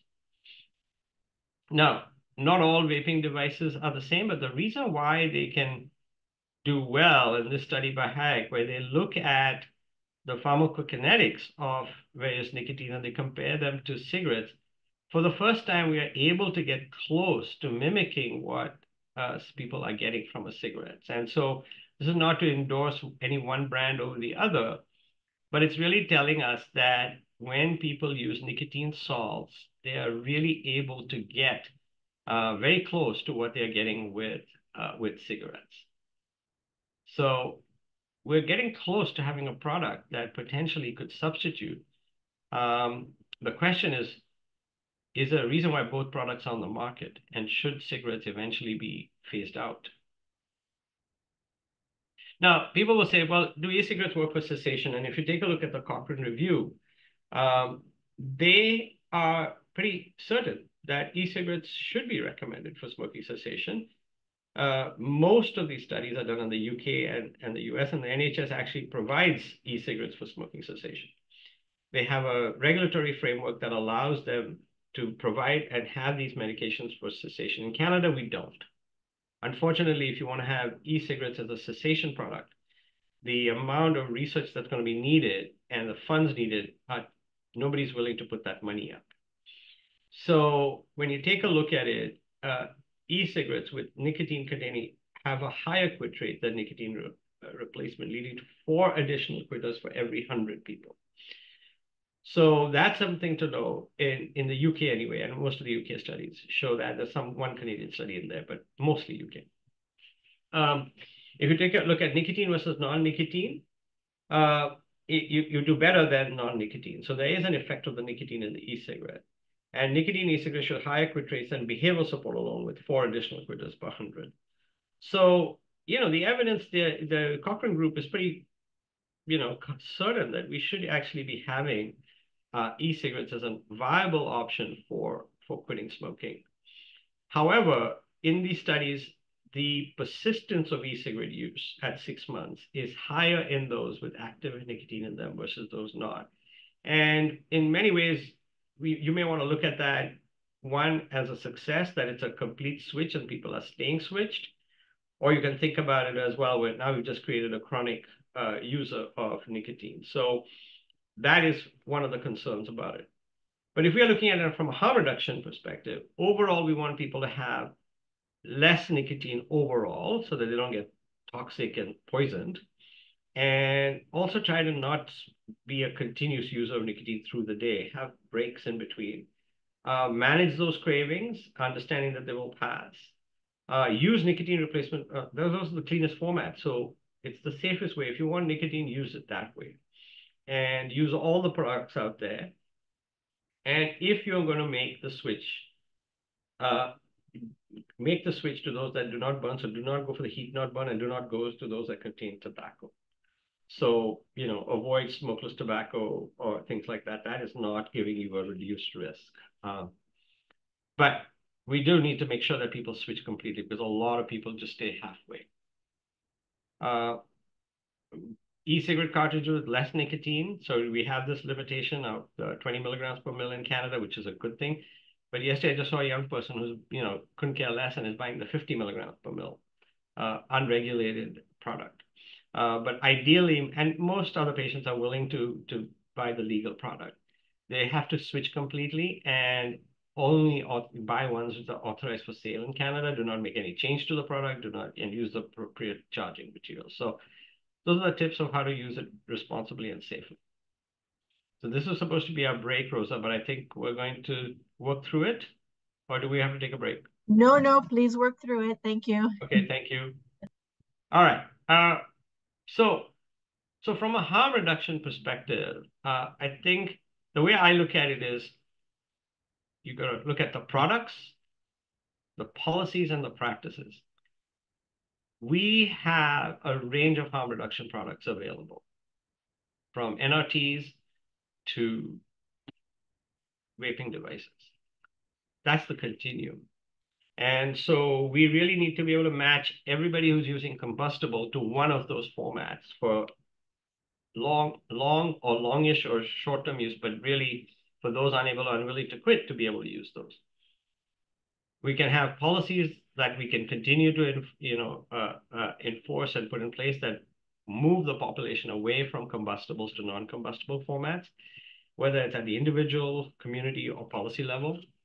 And the practices, we can educate patients about this, about how to use safely and how not to get into trouble with vaping devices or alternate forms of nicotine to minimize their harms, understanding that they will continue to be dependent on nicotine. Okay. So, I'm just going to go over this very quickly because I want to get more to the topics about if we're going to figure out a way how to make care much more accessible, much more available. We need a system. And unfortunately, our healthcare system, how it's evolved, and all the players in our system are all separate and siloed.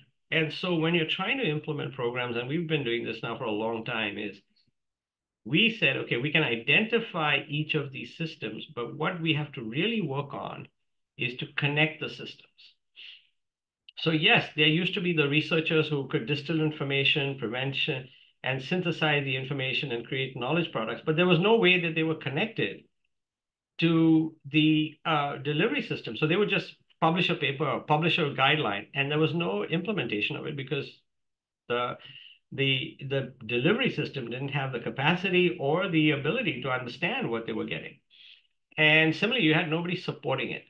So what we've done is to really think about how do we create in this system where there are these assets in Canada, connecting the various players so that the problems happening in the prevention side of things or the implementation side of things are being brought to the attention of the researchers and others, and there's a support network in between that is helping facilitate all of this, as well as when the researchers discover something, can feed it back to that system. So that interactions between various players of the system is how we built our learning health system in smoking cessation in Ontario.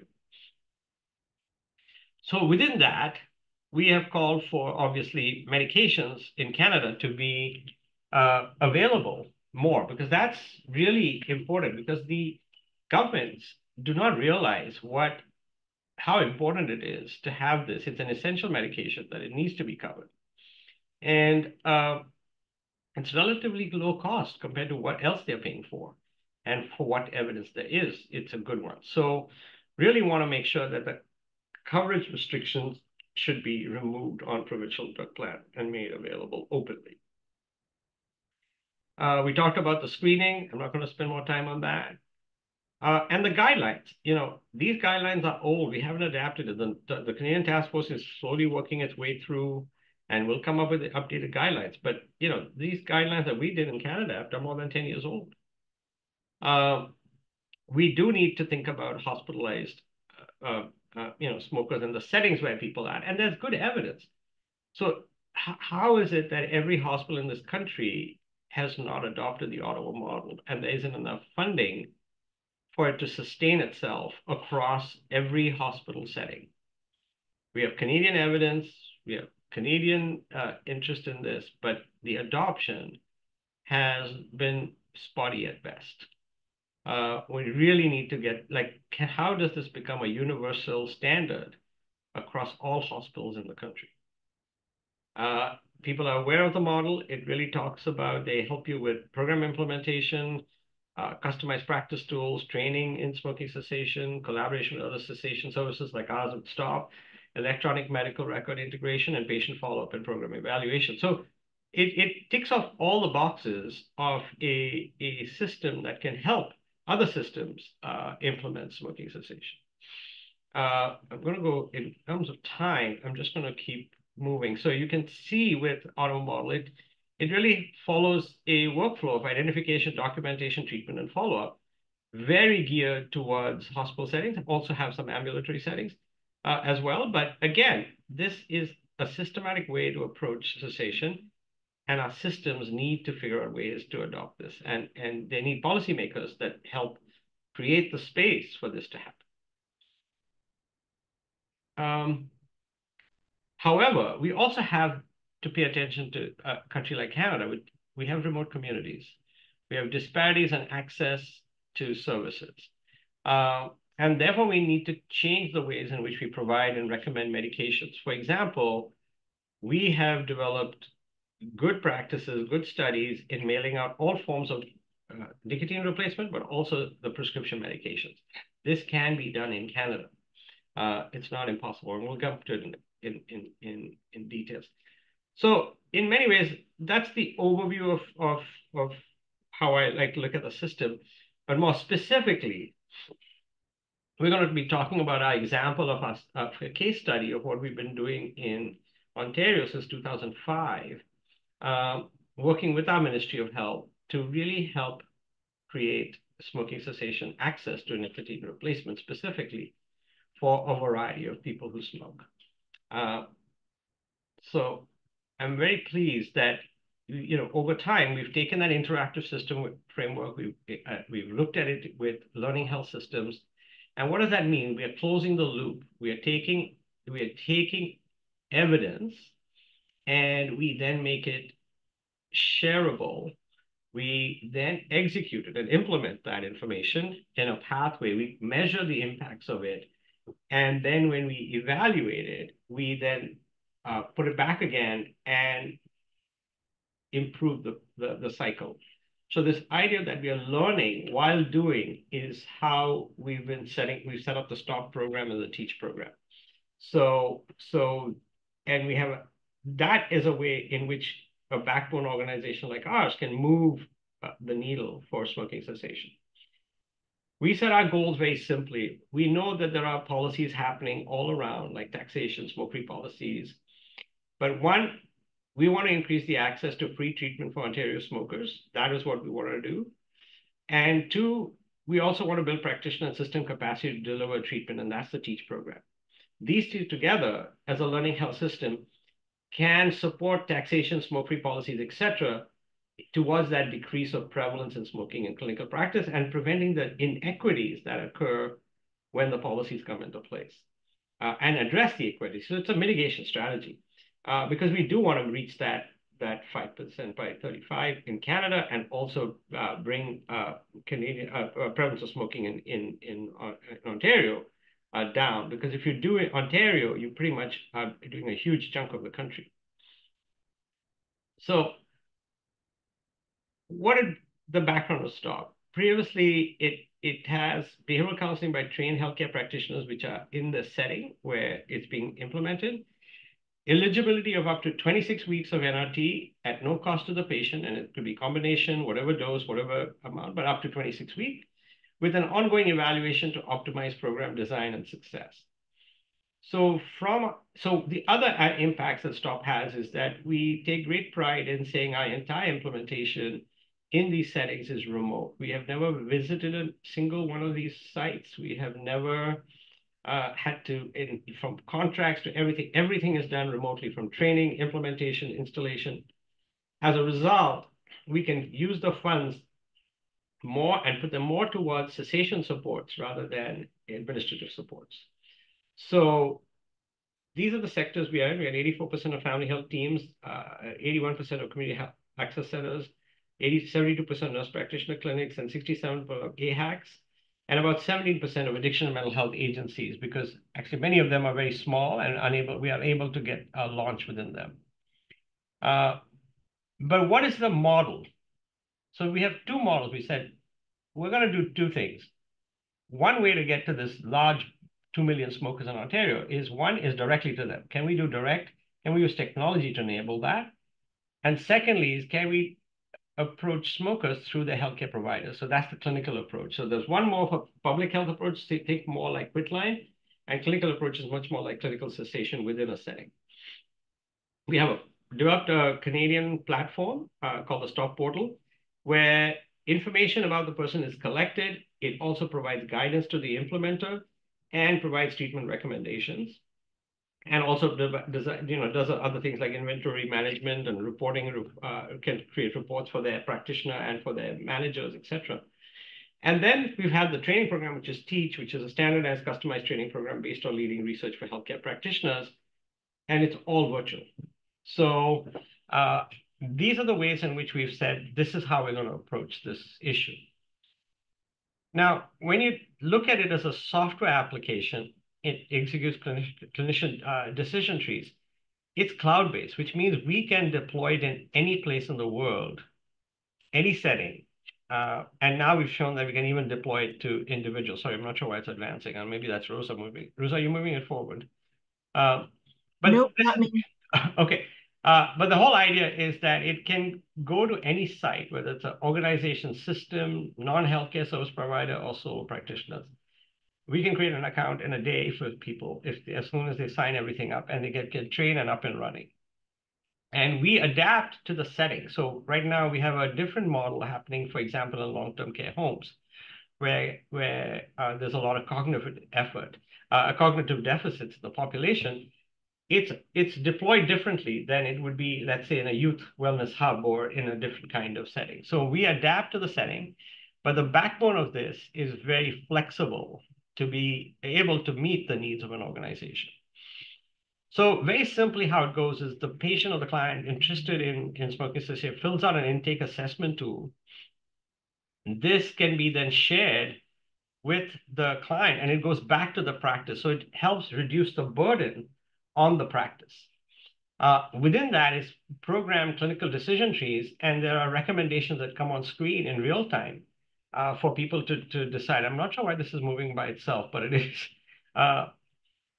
And again, the practitioner recommends, implements the recommendation, and then there are automated follow-ups for the patient and client to record the outcomes and reconnect with treatment if they relapse to smoking. Because we understand that the healthcare system is under a lot of burden and stress. So if we can lessen this burden by getting those patients in that group who are able to use the technology, then you are lessening the burden on the practitioner. And that's the goal. We keep the practitioners in mind as well. The data that comes out of it is also helpful because we are not only interested in the person who smokes as a smoker, we are interested in the person. What other things are they doing? Other factors are going, because all those things affect their chances of quitting. For example, in this section, because we also have a screening of a standardized screen for alcohol consumption, we can see how many people are drinking above guidelines, where are they located, by which setting, and we can feed back to that practice what they can do. Now, when we did that, the practices did not adopt the guidelines. They don't believe the guidelines. They don't have the time for the guidelines. And so now we are hoping to do another innovation where we can give the guideline directly to the person who's drinking above guidelines, further decreasing the burden on the practice to adopt something they cannot do. So this is what a learning health system does. It learns from the data, it learns what the needs are of the patient, what the issues are, and then deploys programs that can be scaled up. So that's what the STOP portal starts with. It helps with operationalized smoking cessation, but smoking captures a lot of other disparity in the system. We recapture people who are, who have problems, etc. So the STOP portal can power any smoking cessation program to really, because it's fully virtual, it's accessible anywhere with basic connectivity. It takes, as I said, takes that burden off the healthcare provider.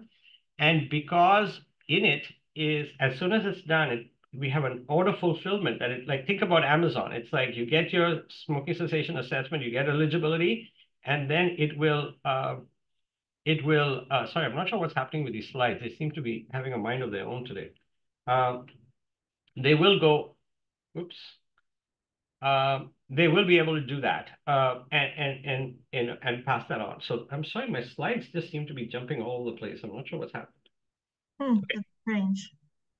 So another one is we looked at the comorbidity of drinking alcohol, but we also see about 50% of people land up with mood problems. And so when we try to help practitioners engage people who have mood disorders, that affects their quitting. There's a 5% reduction in quitting compared to not having a mood disorder. 5% point reduction in quitting. We can systematically screen people for their mood symptoms, and you can see this is what the prevalence is. And about half of the practitioners acted upon the positive flags for depression. So we're not just treating smoking, we're treating the person. And that's what primary care is all about, and healthcare system should be. We're not treating one thing, we're treating the whole person. And you can see that when the practitioner is part of it, they will accept the resource when practitioners are offering it to them. And these are some of the publications of them that we've done through STOP. I won't go over all of them, but these are all the settings in which STOP has been and has tried to move the needle forward. So in a way, it's cloud-based, it's adaptable to the setting. We don't say you have to do exactly what STOP says. What we do is we tweak it to make sure it fits your setting and then evaluate how effective it is and how it works in your setting. This is what a practitioner would see. This is the portal they would see when they enroll a patient. This is their dashboard. They would see by organizations how many people are being enrolled. They would see what their last encounters are. They would see what their inventory leads are, and this helps them manage everything. And it also allows them to keep track of what they are doing and how much they are giving everybody. So it's a full solution that can allow for implementation of smoking cessation with nicotine replacement. The other thing is that in a clinic, if there's a manager and they want to see how their team is doing, how their practitioners are doing, they can create a report. They don't have to ask IT. They can just click buttons and they can get these standardized reports that will give them real-time information how they're doing in all these formats. They can get a Word document, Excel, PowerPoint, PDF, whatever they want. And they can use that with their board and show what impacts they're having with respect to smoking cessation.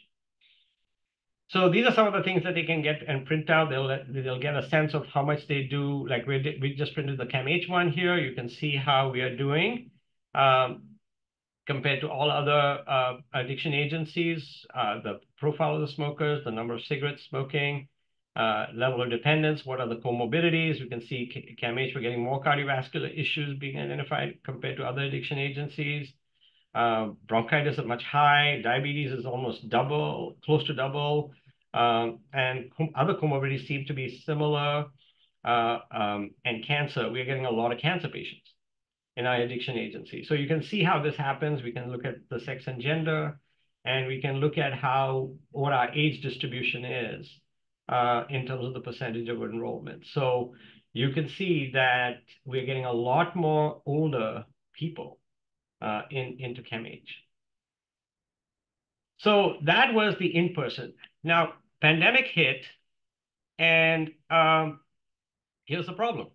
A lot of primary care took a big hit, redeployment of staff, not able to have in-person appointments. And we had done studies previously in 2005 of distributing nicotine replacement virtually. And of course, the policymakers weren't ready for us to launch it as a program. But when the pandemic hit, we were able to dust it off and relaunch it. And so what it does is it's free online direct-to-patient program anywhere in Ontario. It offers anybody who is eligible, and eligibility is all at the back end, a no-cost kit in the mail containing 10-week supply of nicotine replacement questions, patches, and gum or lozenge. You have to be 18, live in Ontario, valid and unique email address, smoke at least 5 cigarettes a day, be willing to make a quit attempt within 30 days. There's a burst line survey. All the data is automated at 12 weeks and 6 months. And we want to take a look at the 7-day point prevalence. And when we take a look at the evaluation, it has been evaluated way back in 2015 as something for the government to do. And this is in many ways helped the year-to-year funding become sustained funding for us. And so STOP has become this program that has responded to the pandemic. And then when we evaluate it, we just don't evaluate how effective it is. We say, who are we reaching? And are we reaching equity-deserving populations? How easy is the model to adopt? How easy is it to implement? And how easy is it to maintain? So this tells us the population-level impact of our program. When you take a look at reach and equity across all of STOP, you're getting a lot of people where the epidemic of smoking is residing. 53% report current or lifetime history of mental illness, and this is even in primary care. 21% used medical or recreational cannabis in the past 30 days. 55 had co-occurring medical illnesses. 35 were drinking alcohol at heavy levels. 17 were using medical or recreational opioids. 50% female, which is again getting a higher proportion of women, and 6.6% identified as First Nation Inuit or Métis. So when we compare the two models that go directly to the people in the province versus through a healthcare setting, you can see that you need both. because the direct-to-patient stop on the net, you generally tend, yes, you're reaching the working poor, but you reach them more when you go through a setting, like 63% versus 53%. More likely to have unemployed in the healthcare mediated population than the online, 60 plus, much more likely to be in settings, but they're not absent. They're still coming online. Interestingly enough, rural settings have a high HCP model. One would think the internet would be better, but we believe that we had such an impact in implementing stop in the rural clinics that really that seems to be the need to go online is not as much. And anecdotally, I can tell you many of our rural clinics continue to operate during the pandemic and continue to offer cessation services. So maybe that's it. But we do see that both models reach populations. It's just a matter of the numbers reached. So in terms of physical illnesses, you're seeing a slightly healthier population coming online, but not that much healthier. Obviously substance use, you're seeing a difference, but e-cigarette is the same, and mental health is, it's up there. But enrollments are through the roof. So since it started, our enrollments are 56,000 more now. This is just up till September 25th, 2023. In fact, our most recent numbers for the fiscal year, overall stop reached pretty much 46,000 people or something like that, which is really astounding. And most of it is accounted for by stop on the net. So, I mean, this is a busy slide, but basically you're getting younger people on stop on the net, slightly younger. You're getting more women than men. We talked about the education and urban centers being more represented. But the level of dependence on smoking seems to be similar across groups. Top of the net, in fact, may have more medium, but compared to low, but that's it. Mood disorder, PHQ-2 negative is pretty much similar across both. Average cigarette smoked are not that much different, and e-cigarette use is also not slightly higher among the stop on the net. Cannabis use, again, more on the stop program. And in terms of quit rates, you cannot compare these differently because these are not randomized trials, but we're getting pretty close and similar quits. The problem is the certainty of our estimate is not as high for stop on the net because we do have a lot more missing data compared to the stop program itself. And the other thing is we tried the difference between giving 4 weeks of nicotine replacement versus 8 weeks. There's a little bit of a difference, but not a whole lot. We're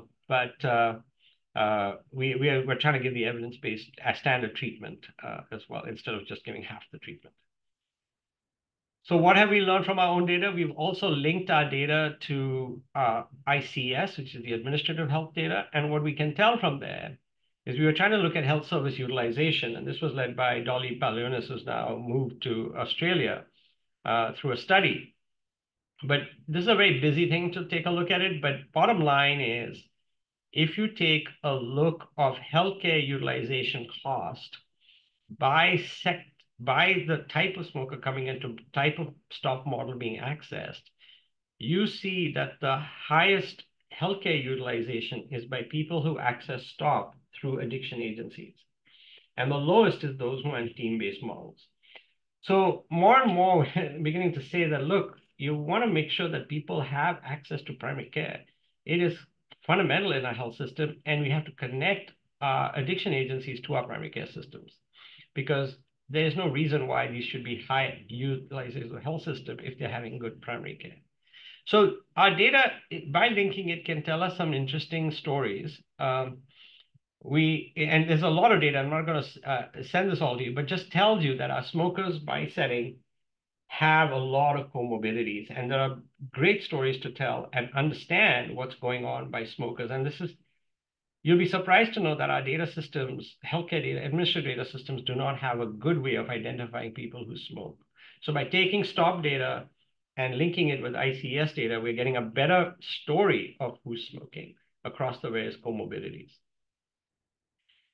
We also take impact at the individual level. And here are just some quotes that people have shared with us. about the benefit and the impacts of this. And this is really important for our researchers to see, because they often don't see people in person. But these kinds of affirmations from patients or testimonials from patients really speak to what this is. And when we look at our source of referral for Stop on the Net, the number one cause for referral for the Stop on the Net program is family and friends, and the second is Facebook uh, as a way, and everything else is not as much. So when we look at Stop as a whole program, whether Stop on the Net or Stop, a system can choose, you want the whole thing, they want one piece of it, they want to only do it in the clinic, they want to do it the whole thing, they can choose. But bottom line is it's speedy. There's ongoing reports, you get analytics, whole person care, quality of care, reduce pressure on time, less cognitive burden for the providers, and increased staff capacity because you're giving them workflows that they can actually do without burning them. So I think, I almost felt like I gave you a sales pitch of Stop, but what it is we are really interested in figuring a way how we could use this in Canada to scale up and help other settings that are struggling. And in fact, we've been very happy and pleased and humbled because we've been invited into Nova Scotia in more than one occasion, in more than one setting, to actually implement versions of Stop with them. And that has been very good for hopefully for them and for us as well, as we are learning how this can be used in other settings. Okay, so I know I've just talked a lot, and I know we're going to have about times to identify opportunities to apply knowledge and skills in your setting. But before I do that, Rosa, can we now move Yes, to the... Peter, there's a ton of questions. I've been trying to answer most of them. However, let's take a few minutes. I think we've got some good time, and it also kind of speaks to this last objective here, because I think there's a lot of interest in, how can Stop be implemented in other provinces, and so I'll stop typing for a minute so we can talk about the opportunities.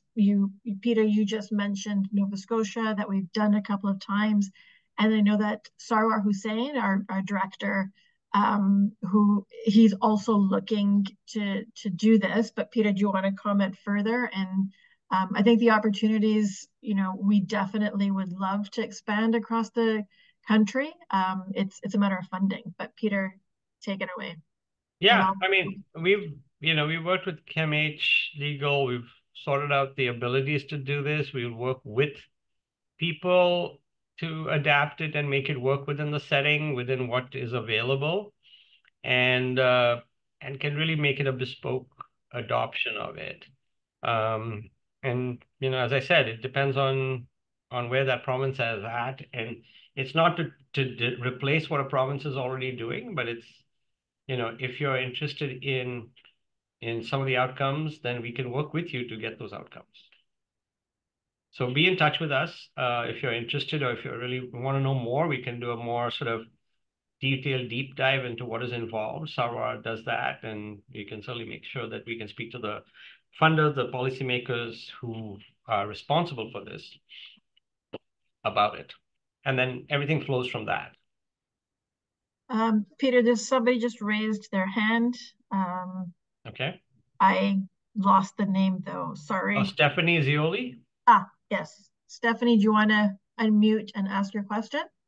I'm so sorry. That was an error. Oh, okay. That's all right. And you were answering all the questions, so thank you, Rosa. But is there anything there in those questions that you need me to build on, or?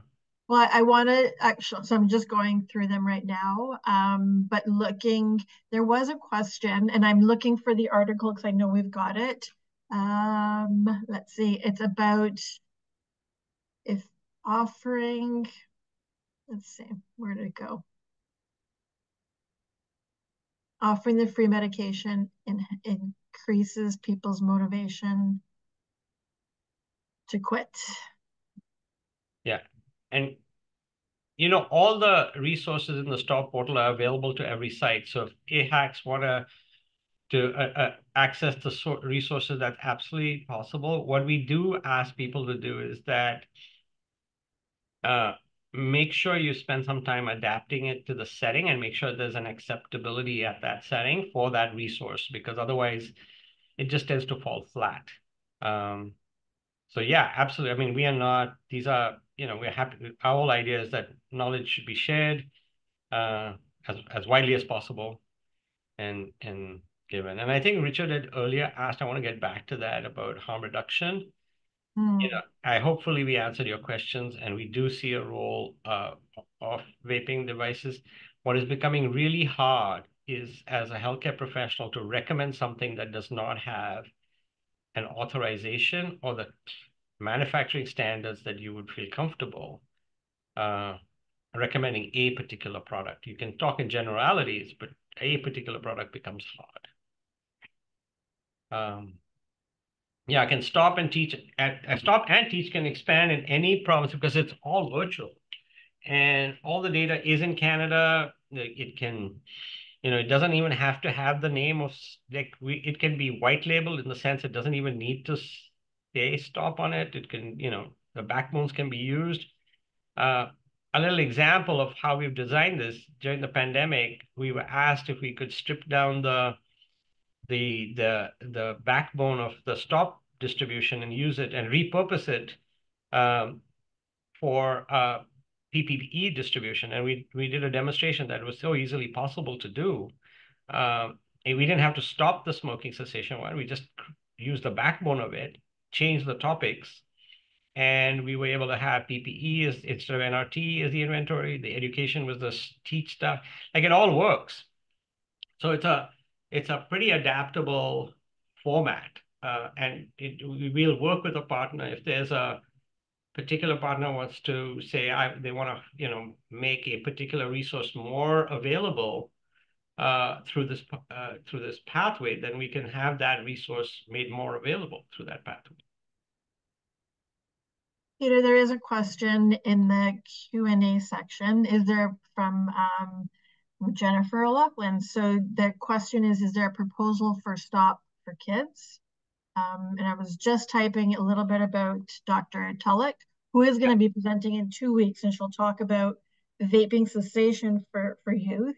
But for stop, do you want to comment on what we're trying to work on anyway? Yeah, we're trying to figure out what is the best. Like, we are starting to collaborate with the youth wellness hubs in Ontario to see how this could be embedded, because one of the things that I worry about is this.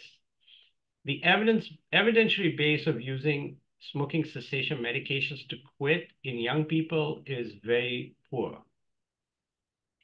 And the other thing that I have is, what is the purpose behind and what is the rush of using medications to help a young person quit? Because the immediate harms are not that great. And those harms may be outweighed by whatever intervention, maybe less than the harms associated with whatever intervention we do. So I want to make sure we take an ethical and reasoned approach to this and really identify that subset of young people who will benefit from medications for smoking cessation, because their risk of mortality and harm as a general group is a lot lower from smoking. So I would want to treat them with less intrusive ways, more behavioral, more maybe, apps or those kinds of things, and more contingency management, where you're not adding more medication components to them where the other things are going on. So that's my read on it and how we are wanting to approach it. And Dr. Tulloch and myself will, so clearly yesterday I saw somebody who's 15, opiate use disorder, cocaine, alcohol, borderline personality disorder, a whole bunch of disorders, heavily dependent on cigarettes. I'm going to use medication there. I'm going to use NRT there, right? Already having lung problems, all that kind of stuff, yes. But for the school-based young person found smoking in the bathroom, I'm not so sure that they should be using NRT. or medications to quit. They should be having behavioral interventions or other societal or social interventions to help them quit and give up. And of course, we look to you, Jennifer, for your work on some of that as well. I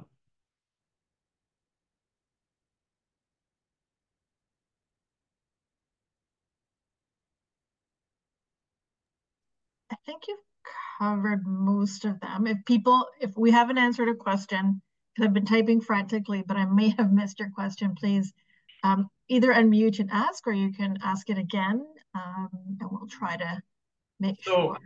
Richard also asked about the underhoused and homeless and shelters, drop-ins and transitional housing.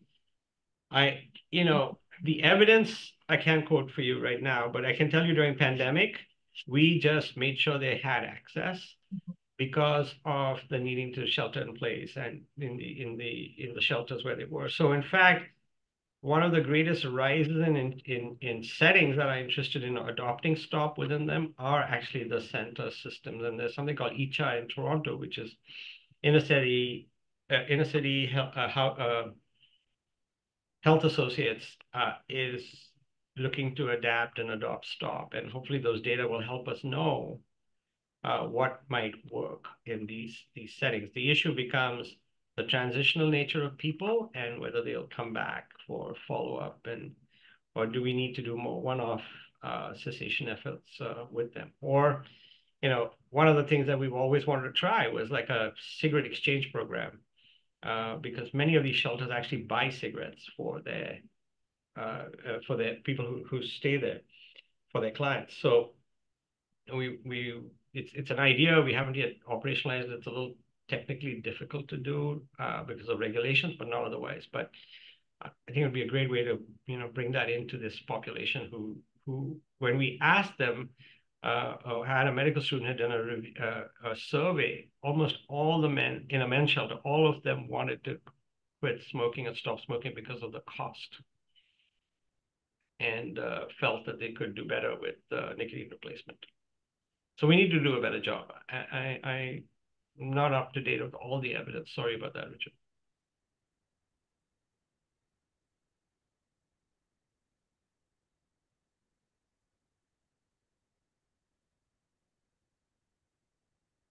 So Peter, another question, should smoking cessation efforts be delayed when mental health concerns are present?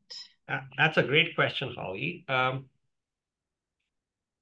Here's how I look at it. If we look at it as a few things. If somebody comes into a congregate setting because of their mental health issue, and it's a smoke-free facility, as they should be, then it is upon us to make sure that we manage their withdrawal without any commitment for long-term cessation. They're there, we're simply managing their withdrawal, so we should make sure that they have adequate access to nicotine replacement to keep them and finish their treatments and get stabilized. So that's one. The second thing is in the ambulatory setting, how we help people quit smoking is if they want to use medications to quit smoking, depending, if they have a willingness to show up, we will provide them, usually we'll choose nicotine replacement as an option, or vaping as an option in the short term while they're getting sorted out. Vaping becomes difficult because they have to put money out, and when they're sort of unstable, they're not about to go and do an informed decision at a store.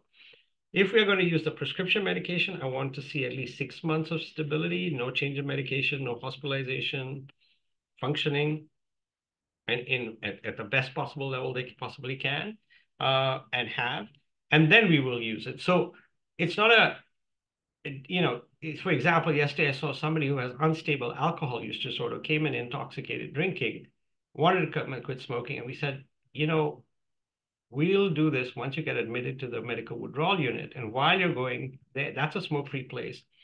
We'll start you on your nicotine replacement at the same time. And then when you're being discharged, we'll continue with you with the stop program once that happens. So it's not an all or none. It depends on the mental health concern, depends on how unstable it is.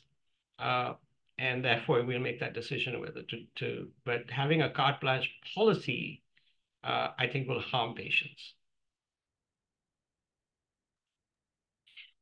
Okay, there's another, maybe we'll take one or two more questions because then we can, because there are some other questions in the slides that came from the participants. So another one also related to mental health. How would you go about having a client with extremely high anxiety and is on 28 milligram patch and their doctor wants them to stay on the patches even though they are on meds for anxiety?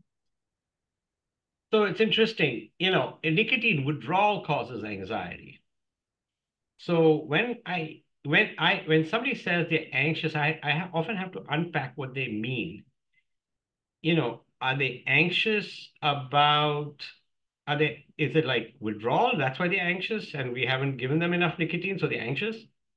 Versus they're anxious because they are, there's a life event going on, or are they anxious about, um, they have an anxiety disorder, and what medications they are on. So I don't generally, you will not see too much anxiety if the nicotine levels are stable.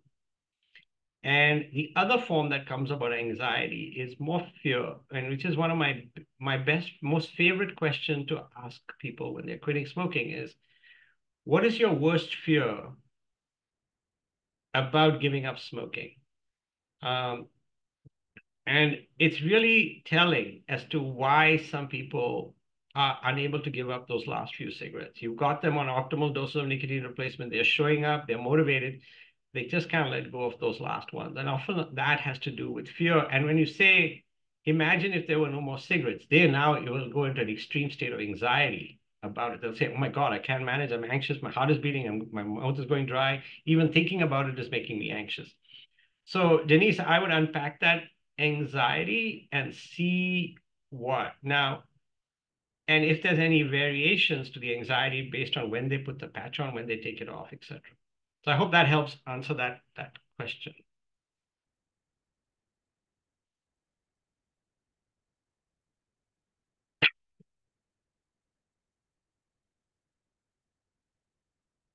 Yeah. Okay, so I think, when we were talking about it this weekend about implementing smoking programs, screening programs in schools, one of the big challenges is privacy and data and how that's done and how that information is stored. So really, we'd have to pay attention to the setting before any implementation. There could be variations of models, but you'd have to pay attention to the unique aspects of schools. And one of the other concerns in schools is you create a program where there's a desirability for the program, you suddenly have people who are dependent who are not, right? So yeah, absolutely, Richard. We're happy to talk to your homeless program. If they're interested, we can explore what can happen. So I think we have about 15 minutes left. Rosa, you want to go to the next section? Yeah, you're in control of the slides. Okay. So if you go to the next slide, Peter, I think we're talking really about continuing some of this discussion, and it's really about if people want to share what they have been doing in their organizations. We've already seen some of those examples, but in terms of what are the opportunities you see in applying some of these programs and thinking beyond programs, even partial interventions. Richard made a suggestion about just giving out the NRT in the homeless shelters. But maybe there's already other examples. STOP is definitely a very comprehensive program. We can, it's modular, so we can offer parts of it. But if there are other examples that people want to share, please go ahead and post. Yeah, and I'm going to answer the questions that Alexi put in. My comments on the terms definition in the context of tobacco use. Okay, so here's the mess that we've created for ourselves. Smoking has gone through this, and this has been really important because as you look at the tobacco industry, it went from being a habit. So smoking is a habit. And yes, there are habitual aspects of smoking, but it is you know, what the implication is that it's just a habit. Then we came in with the word dependence, and the industry was forced to admit that nicotine was addictive. Now, the word addiction has endured, but in trying to get more precise with its definition, just because there's no blood test, no brain test, no nothing that can diagnose addiction, it had to have criteria.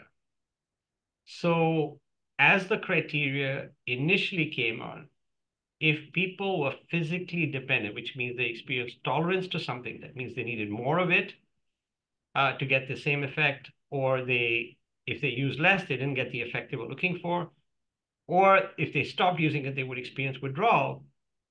That was initially called addiction. But then what really we figured out is that that is actually dependence, because people are dependent on that. They're tolerant to it, and they're dependent, and they go into withdrawal if they don't get it. And we see that with other medications as well. It doesn't mean that the person meets criteria for addiction. So what does addiction mean? So addiction means that is one part of it, that there's withdrawal and that there is tolerance, but it's not sufficient. It's not, and sometimes it's not even necessary. Some people can meet the other criteria for addiction. So repeated patterns of use where they've lost control over the use, where they use despite the harm that it's causing them, using in dangerous situations, and the harm is physical harm, mental health harm, social harm, and cravings. So when you look at it, that's the evolution of this construct called addiction. If you look at DSM-5, it used to be called nicotine dependence in DSM-4. Everybody said that's really not a healthy way of talking, because most of the harm is because of tobacco. By the time DSM-5 came, it became tobacco use disorder. But guess what happened? In tobacco use disorder, it suddenly had no place to put in if people were dependent or addicted to vaping nicotine. And so it's in flux.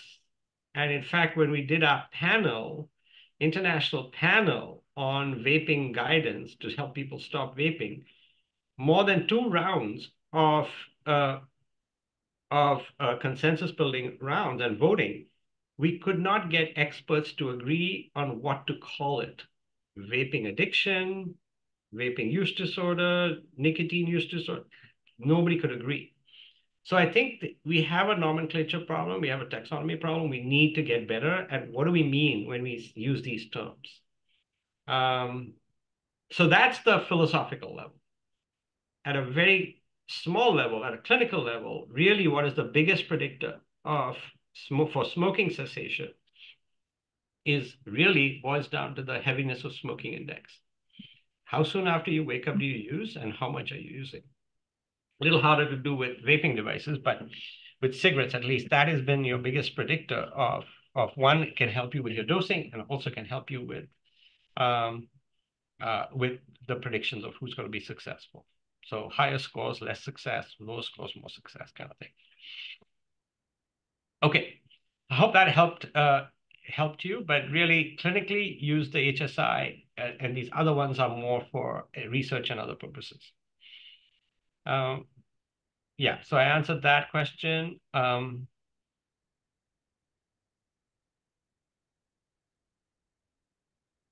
Yeah, so what are the cessation programs? I think Manitoba has one that is out there, and I think really what it is schools are a sort of a heterogeneous place, right? You have kids who are not using at all, some people experimenting, and then you have a small subset who are addicted. And you need different kinds of things. It depends on what your aim is and what the mandate of the school is. So,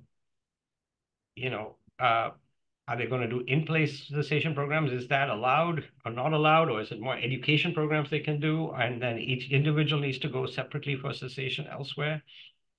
And that all has to be developed. And I think hopefully Dr. Tulloch will talk to that when she is there next time. Okay, so I know we have only about 8 minutes left, and we just want to make sure that people have a time to reflect and share. and we threw a lot of information at you. The slides will be at you, and I think people were putting things during the chat, but okay. Thank you, Holly, for that.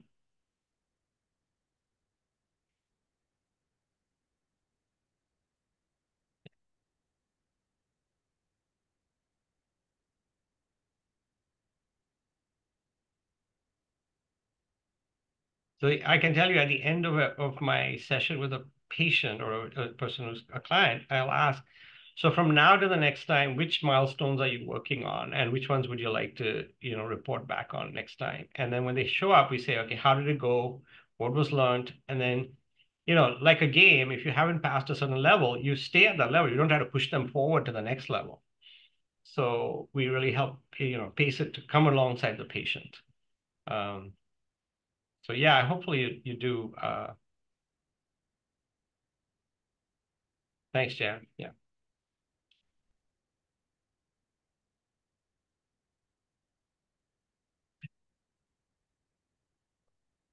All right, Rosa, over to you. Okay, well, you have the slides, so. Okay, I'm no more. I mean, the other slides are just the questions that came. Yeah, which I think we've answered all the questions. Yeah. So, Dr. Tulloch will be presenting in 2 weeks. Hopefully many of you can attend that. She'll really go into detail, sorry, about the vaping and do. Let's see. Yeah, so we have a whole vaping section on our website. So please check it out. I think that will help with the, is vaping safer, what's safer, etc. Yeah, and I think we've kind of touched on these. But Yeah. okay. So just to summarize then, 11% youth are vaping more than smoking, need a public, really a good way to prevent that from becoming a cohort of people dependent on nicotine for no reason.